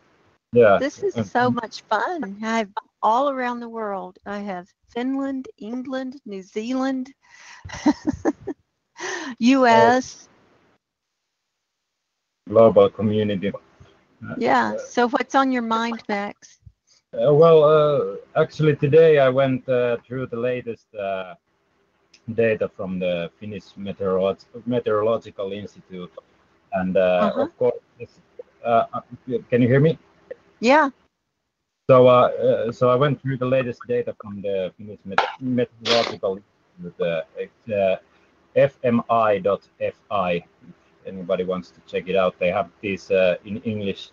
They have these bulletins of their latest researches, and of course this summer has been the warmest in record here in Finland, and a lot of droughts for the farmers, and then there's obviously there was this new study that is not yet on the English section of the site, but I was I sort of thought that I would bring it forward, but it's only in Finnish as for now. I don't know when and if they're going to translate it into English, but it's about the UV levels that are now rising up here in the north also, and basically what they are causing is they're causing, as you know, basically plastics are photodegradable, so they're causing a huge increase in the overall level of microplastics and nanoplastics in these lands. So oceans, but in our case it's about what they're referring to most likely. So that's yet another fun that's around the corner, so to speak. So yeah, it's been like, it's now, I think, what is time? Oh, it's 4:40 a.m. No wonder I'm staggering a little bit. Oh my gosh, are you a night owl? Yeah, I was working, and I didn't notice that the time has flown away. Sorry. Yeah.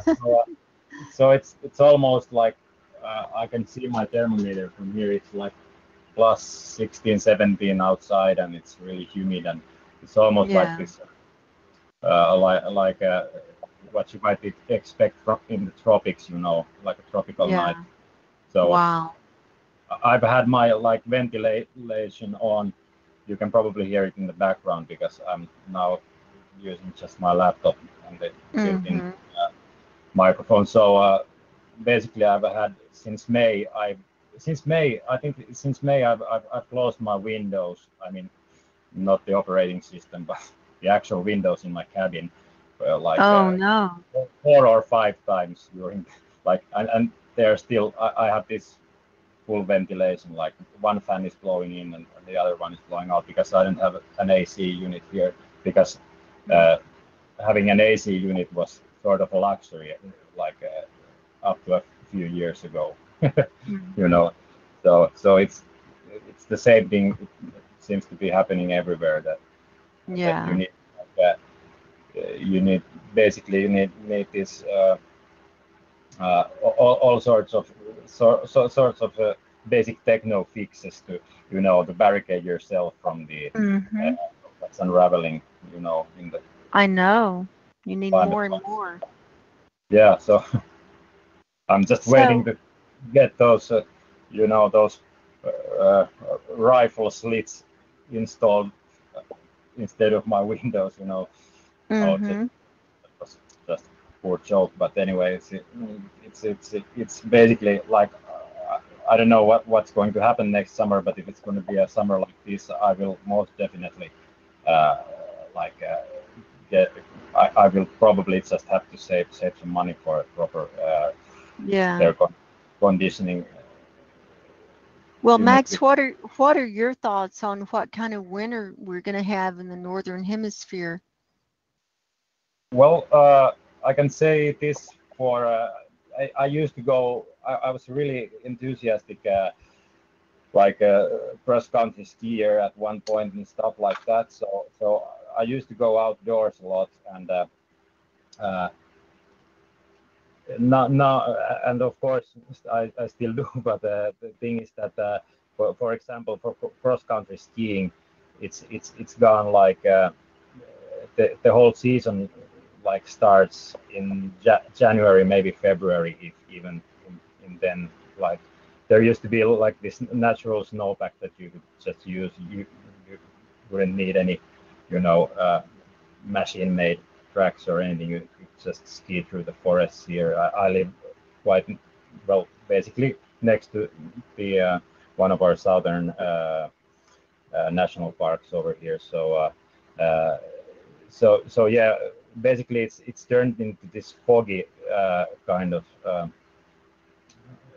type, the whole weather type in when the winter is normally arriving over here. It's not the same anymore. It's like it reminds me more of like London or like the British Isles or maybe Denmark and stuff like that. It's like fog and mist and this haze and rain and almost no sunlight, and people are if they are not feeling it physically, they are feeling it mentally, like with exhaust and mental problems. I think they are associated with that because, of course, as it has been stated many times in your chats also and these live streams, stuff like that, that the fresh snow it reflects up to 90% of the sunlight that hits it. So it basically lightens up the whole.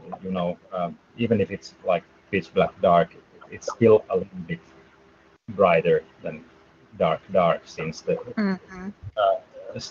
snow cover usually like it lightens up the winter time a lot. But then when there is no snow cover, it's like, well, it's very depressing, I can tell you that. But that's why I keep my curtains closed and have a bright light. Yeah. Well, you've put some very scientific information in some of the comments, and then we finally connected by email. So I'm glad that we're now being able to talk, and I'm really happy that you're following me. And I was just curious, as when did you realize that things were really going down the tubes? Because you've been in the scientific world a long time, right? Well, not on this field, but in other fields, more so on other fields. So, but well, basically, it's like I think it has more to do with me being, having this like both parents are like highly educated in their own fields, and not too much on that, but like what was Rachel Carson's Silent Spring that I got from my mother, is the Finnish edition. I think it was Silent. What was it in English? It was Silent Spring from '68 or '69 or somewhere along those lines. So there's been a lot of like environmental thinking, or like both branches of the family tree, so to speak. But yeah, and there was still a lot of optimism when I was growing up. But like in the '80s, I was born in '82, so there was still a bit of optimism left then. But of course, like I grew up witnessing like the Chernobyl disaster when I was 4, and all those like there was this, you know, the doom was always somewhere in the distance, you know, like and further I grew, and of course when studying different subjects and stuff like that, so even in school we had like pretty good teachers in biology classes and geology and stuff like that. So basically the problem of like, let's say, energy depletion, or this like irresolvable state of affairs when it comes to like the energy production overall and stuff like that. I mean, it was clear to me when I was like 15, 16, like I mean, really the hard facts became apparent. Like, of course you didn't, or I didn't think it, like, well, I can say I thought of it all the time, but I was trying to, like, you know, live my life and pay not so much attention to those details. But then as the years went by, and I noticed that there was a complete lack of any kind of, like, even at one point we had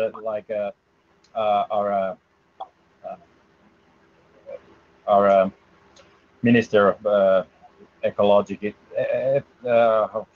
Now I'm scrambling with words. Like the Green Party was in the parliament, and our nature affairs, so to speak, were handled by a Green Party member, and it only got worse. And now we're building the biggest nuclear reactor that has been built like ever. It's this EPR type. It's the Olkiluoto 3 plant that I think Kevin from Black Bear News has already, you know, he already said in one of his this summer's like headlines about the reactor problems in Europe, that they cannot keep them cooled down enough. So and they had to shut down. And luckily the Olkiluoto 3 it's the first of its kind, and it's a complete waste of money in my opinion. And on top of that, it's like it's never been the whole reactor type is completely untested, and when they did this preliminary like it cost more than 3 international space stations to begin with that, so it's probably going to pay itself off. I just hope the wind blows into Sweden's direction plug in. No, just kidding. I seriously, I am quite concerned of the whole, like it's already like 12 years past its schedule, and when they did these trial runs with the Olkiluoto 3 reactor, it was they found out that, oh no, it's producing so much energy that it will actually blow up these like these distributor stations further down the power lines. So the grid cannot handle the output of the reactor. So right. What a fine feat of, like, that's the techno fit for you all. Put it in a little bit dark tonish humor, but it's still like it's that's like one concern, of course, and I think there's they're like 10 years behind schedule or something like that already, and way over budget, of course, like 3 international space stations and 1 radioactive thing in Finland. So that's the reactor type. What they are actually, it's been made by Areva Siemens with TVO, which is Teollisuuden. It's like this Finnish. They built the old reactors back in the 70s or something like that. So basically they have their hands in the honeypot and just want to push more nuclear power, like to meet up with the growing demand, energy demand. But obviously the problem with nuclear waste and stuff like that has never been solved. So and not to mention all the all the heating or let's say cooling issues in this case, overheating issues, and just like Kevin said, like was it in, I think it was in July or August, about these reactor shutdowns all over Europe. And just yesterday, by the way, there was this big earthquake in Japan. I think you had a small chat about it earlier on, and right. I saw it on. I was at a place where I could watch NHK World, which is the Japanese public broadcast system. Wait, I'll turn off this down. So basically, there was this live footage where actually at that point it was replay, but like I think it was whole city of Sapporo, like because of the quake, some of the power plants went to this shutdown protection, whatever mode, and that caused like this chain reaction. They called it actually a chain reaction that it caused block after block going black, and then there was like, I think there was no water coming from the taps and no electricity anywhere for a while and stuff like that. So luckily, I think I haven't checked out what's the situation now, but like let's say 6 or 7 hours ago when I looked at the NHK World channel, it was pretty much like a sort of, well, the Japanese often, as you might have noticed with Fukushima and stuff like that, they sometimes have the fatalistic tendency to sweep it under the rug and everything's fine. Mm-hmm. Yeah. So but of course they have this resilience with those earthquakes as long as they don't pass a certain magnitude. You know, it's always this black swan event is sort of looming in the horizon.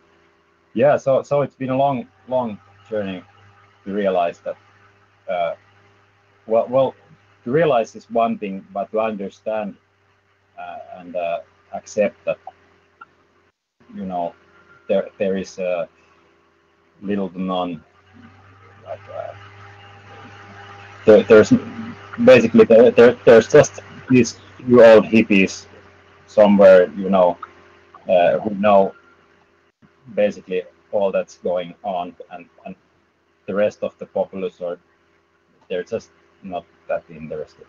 Even here in where we have a pristine, we have pristine nature here, and this every man's right that enables you to basically if you don't bother your surroundings, you can camp in any forest spot for a few nights, stuff like that. So part of our legislature.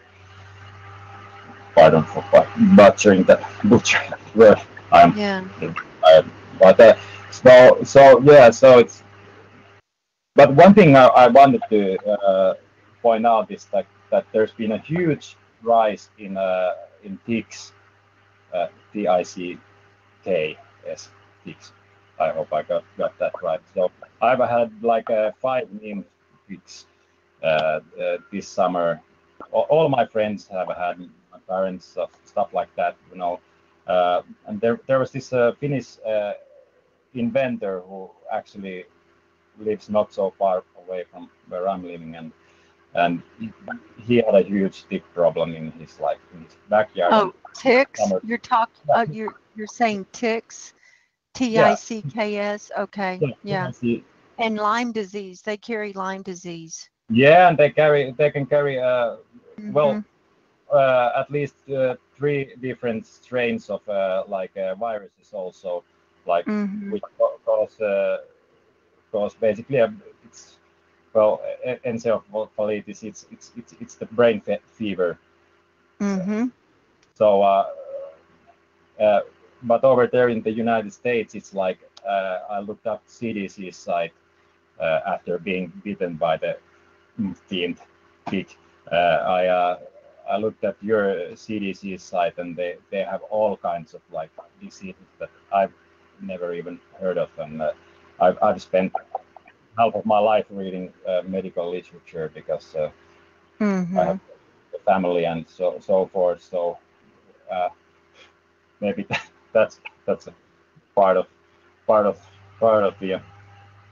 So did you say you got bit by a tick? Yeah, I've had 5 nymph type ticks this summer, and nearly all my friends do.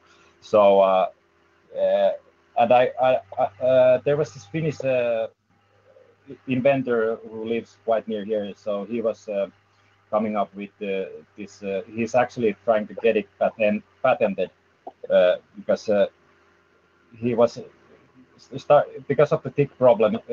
It's gone way out of control. We have now the taiga ticks, which come all the way from Siberia, and they are now all the way up to the west coast of Finland. Their habitat, or how far they've spread. So this inventor, he sort of figured out how ticks hunt their prey and stuff like that, and he used this white blanket, which is normally used for scientific purposes, but you need to catch ticks from the nature. So he sort of modified that with because ticks are blind. They are drawn to their prey with warmth. They can sense warmness and carbon dioxide. So he did this modification to the blanket so that it emitted warmth and carbon dioxide, and then he went to field test it, and he got actually not too far away from where I'm at. He got in 1 hour, he got 1,600 ticks. Oh my gosh. Yeah, and it's you can. If you want to, it's only in Finnish, but I think it can be Google translated. It's I think it was called punkbusters.fi. Punkbuster.fi. So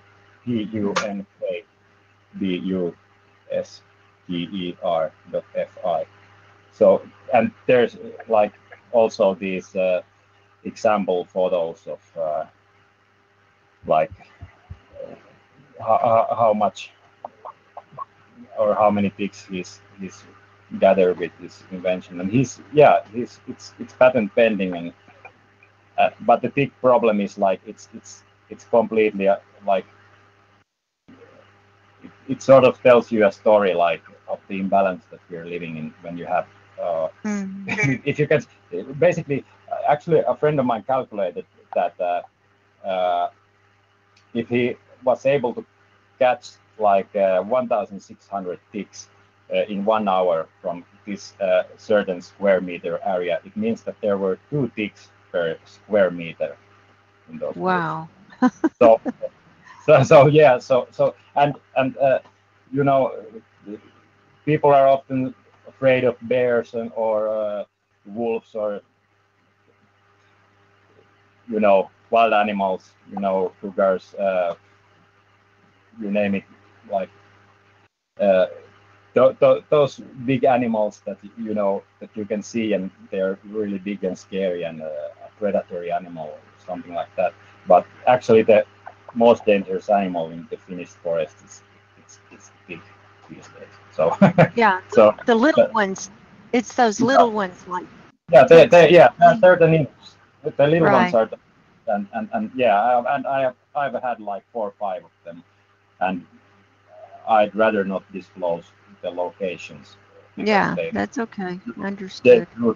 They do tend to find spots that are very unsportsmanlike, to say the least. Yeah.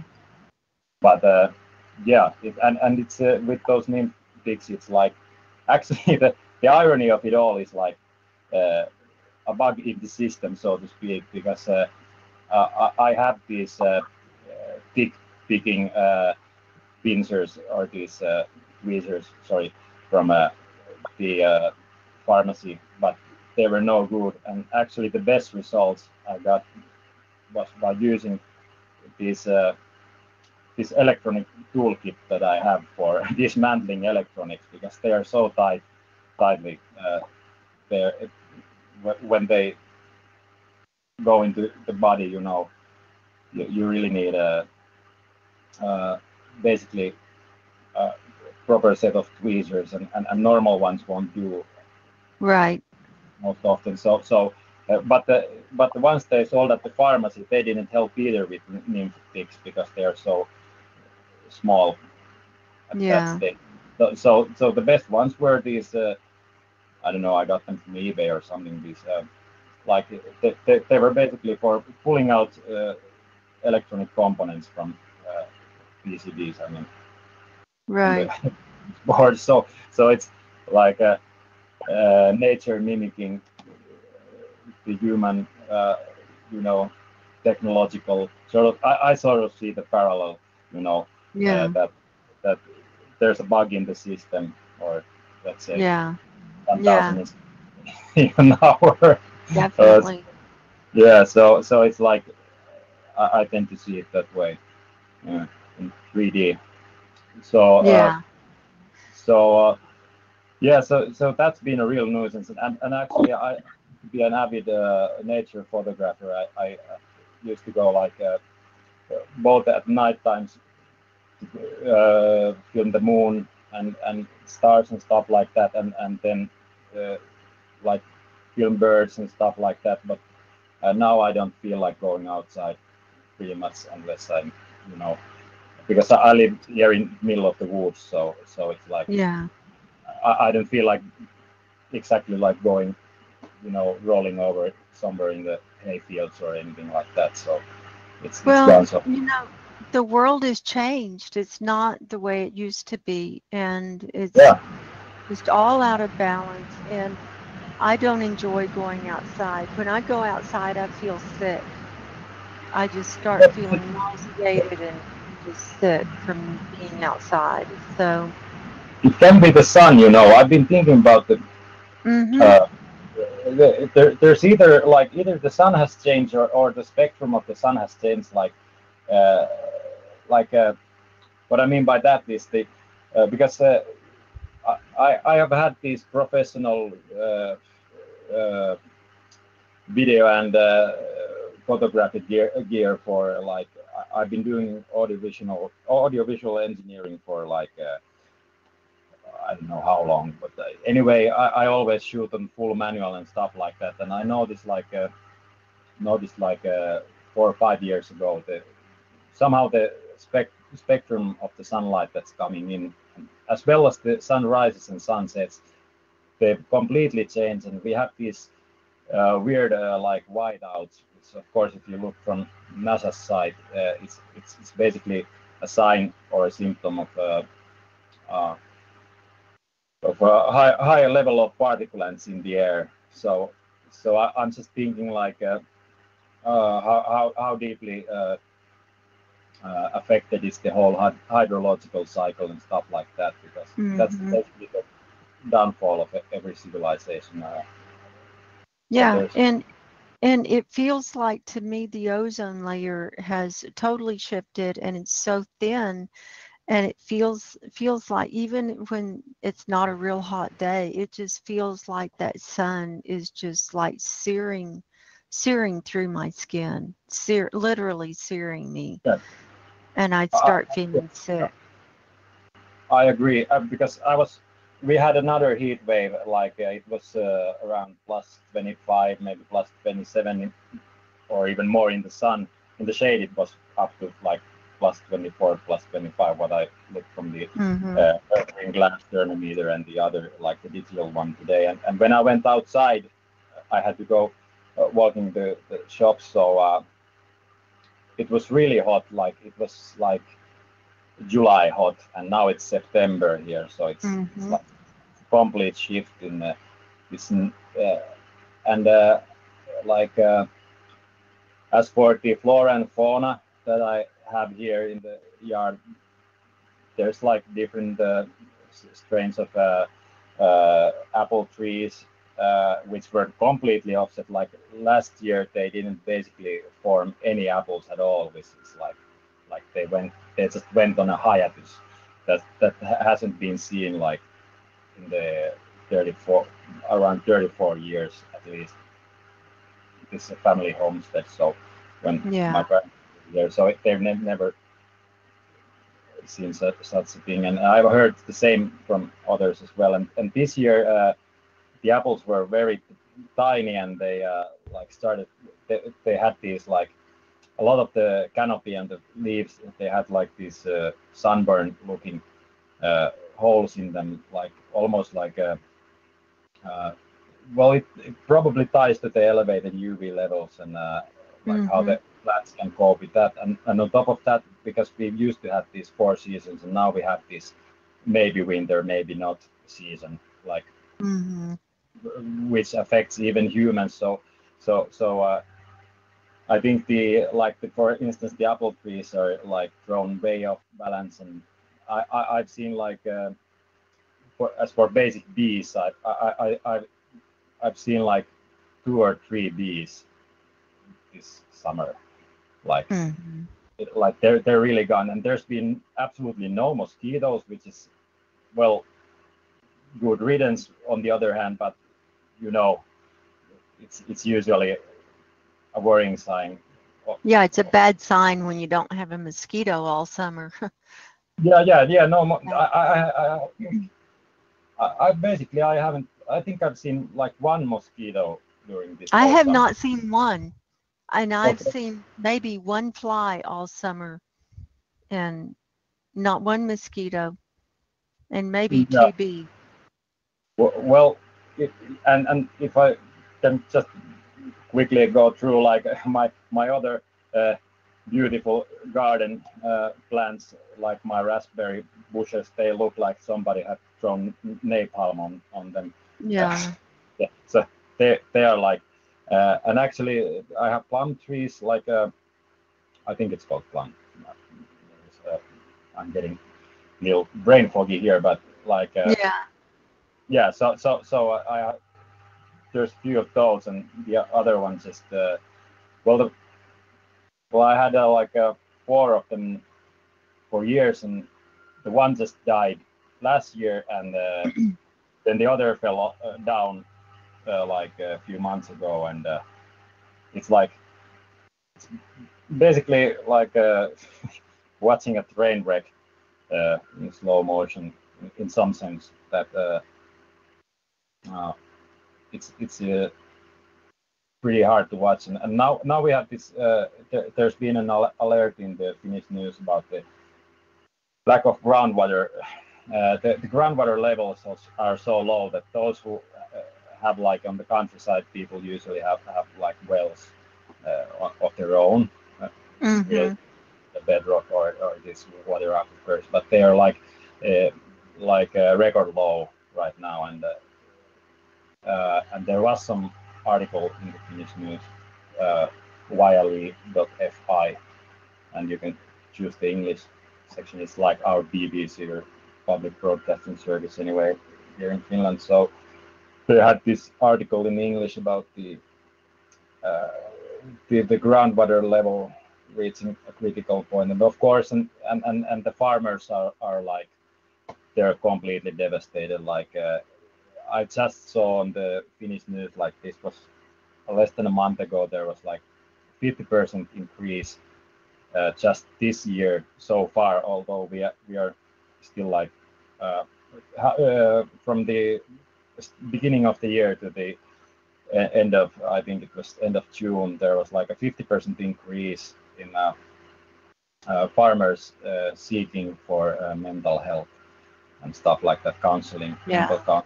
They have these security, like I mean these safety nets, of course, here in Finland, being somewhat of a welfare state, if you can still make that argument without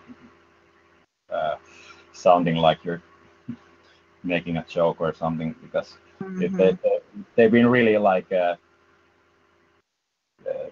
just the other day there was this talk about the how the farmers are basically between a rock and a hard place, how would you say, something like that. So they're really like, basically some of them are actually in the situation that they need to pay to farm their own fields, because all the hay price, starting from the hay prices and stuff like that, and what you feed to the cattle feed prices altogether, they have skyrocketed this summer, and there were like these larger owners of larger farms that were considering like just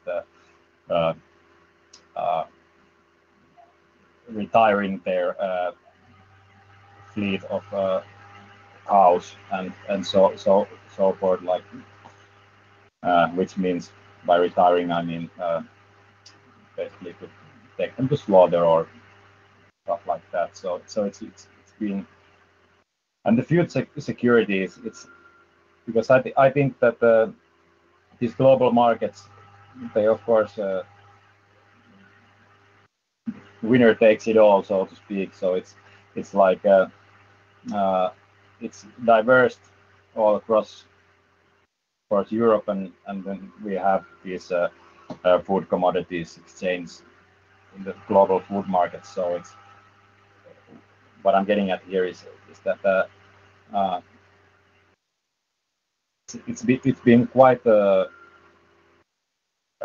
obvious that wherever at least here in the EU zone, wherever there's been a situation where the food crops have failed enough, and if they have had some possibilities to import from some other country, somewhat like like a substituting amount of those crops.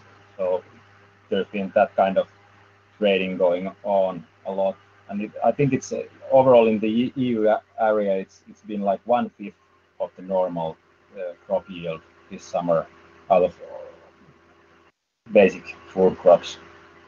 Yeah. So it's really a dire situation, and for years now they've, even here in Finland, and I've talked with others from other countries as well, that they've driven the sort of food reserves, or these wheat and other like well, basically the backup reserves for if for grain and stuff like that. If you have a like a bad year as for the harvest yield, so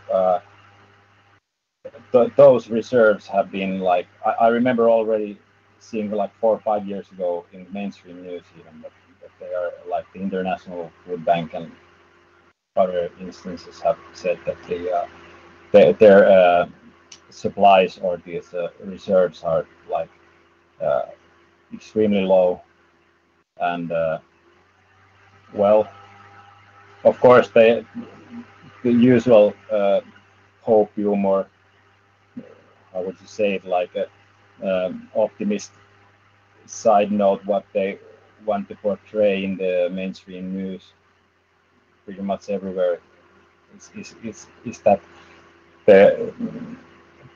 they're just expecting that the next year will, fix the problem.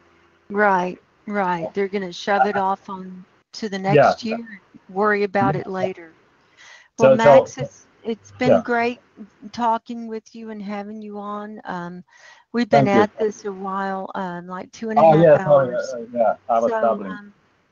So I'm going to wrap this up. I would like to thank everyone who's joined me and participate, especially the ones who participated, and especially Dave from England for doing his research and bringing it forth. Thank you, Margo. Yeah. Do you have anything else you want to say, Dave? I mean, it's really late there for you too, so I appreciate. I think I may as well stay up now.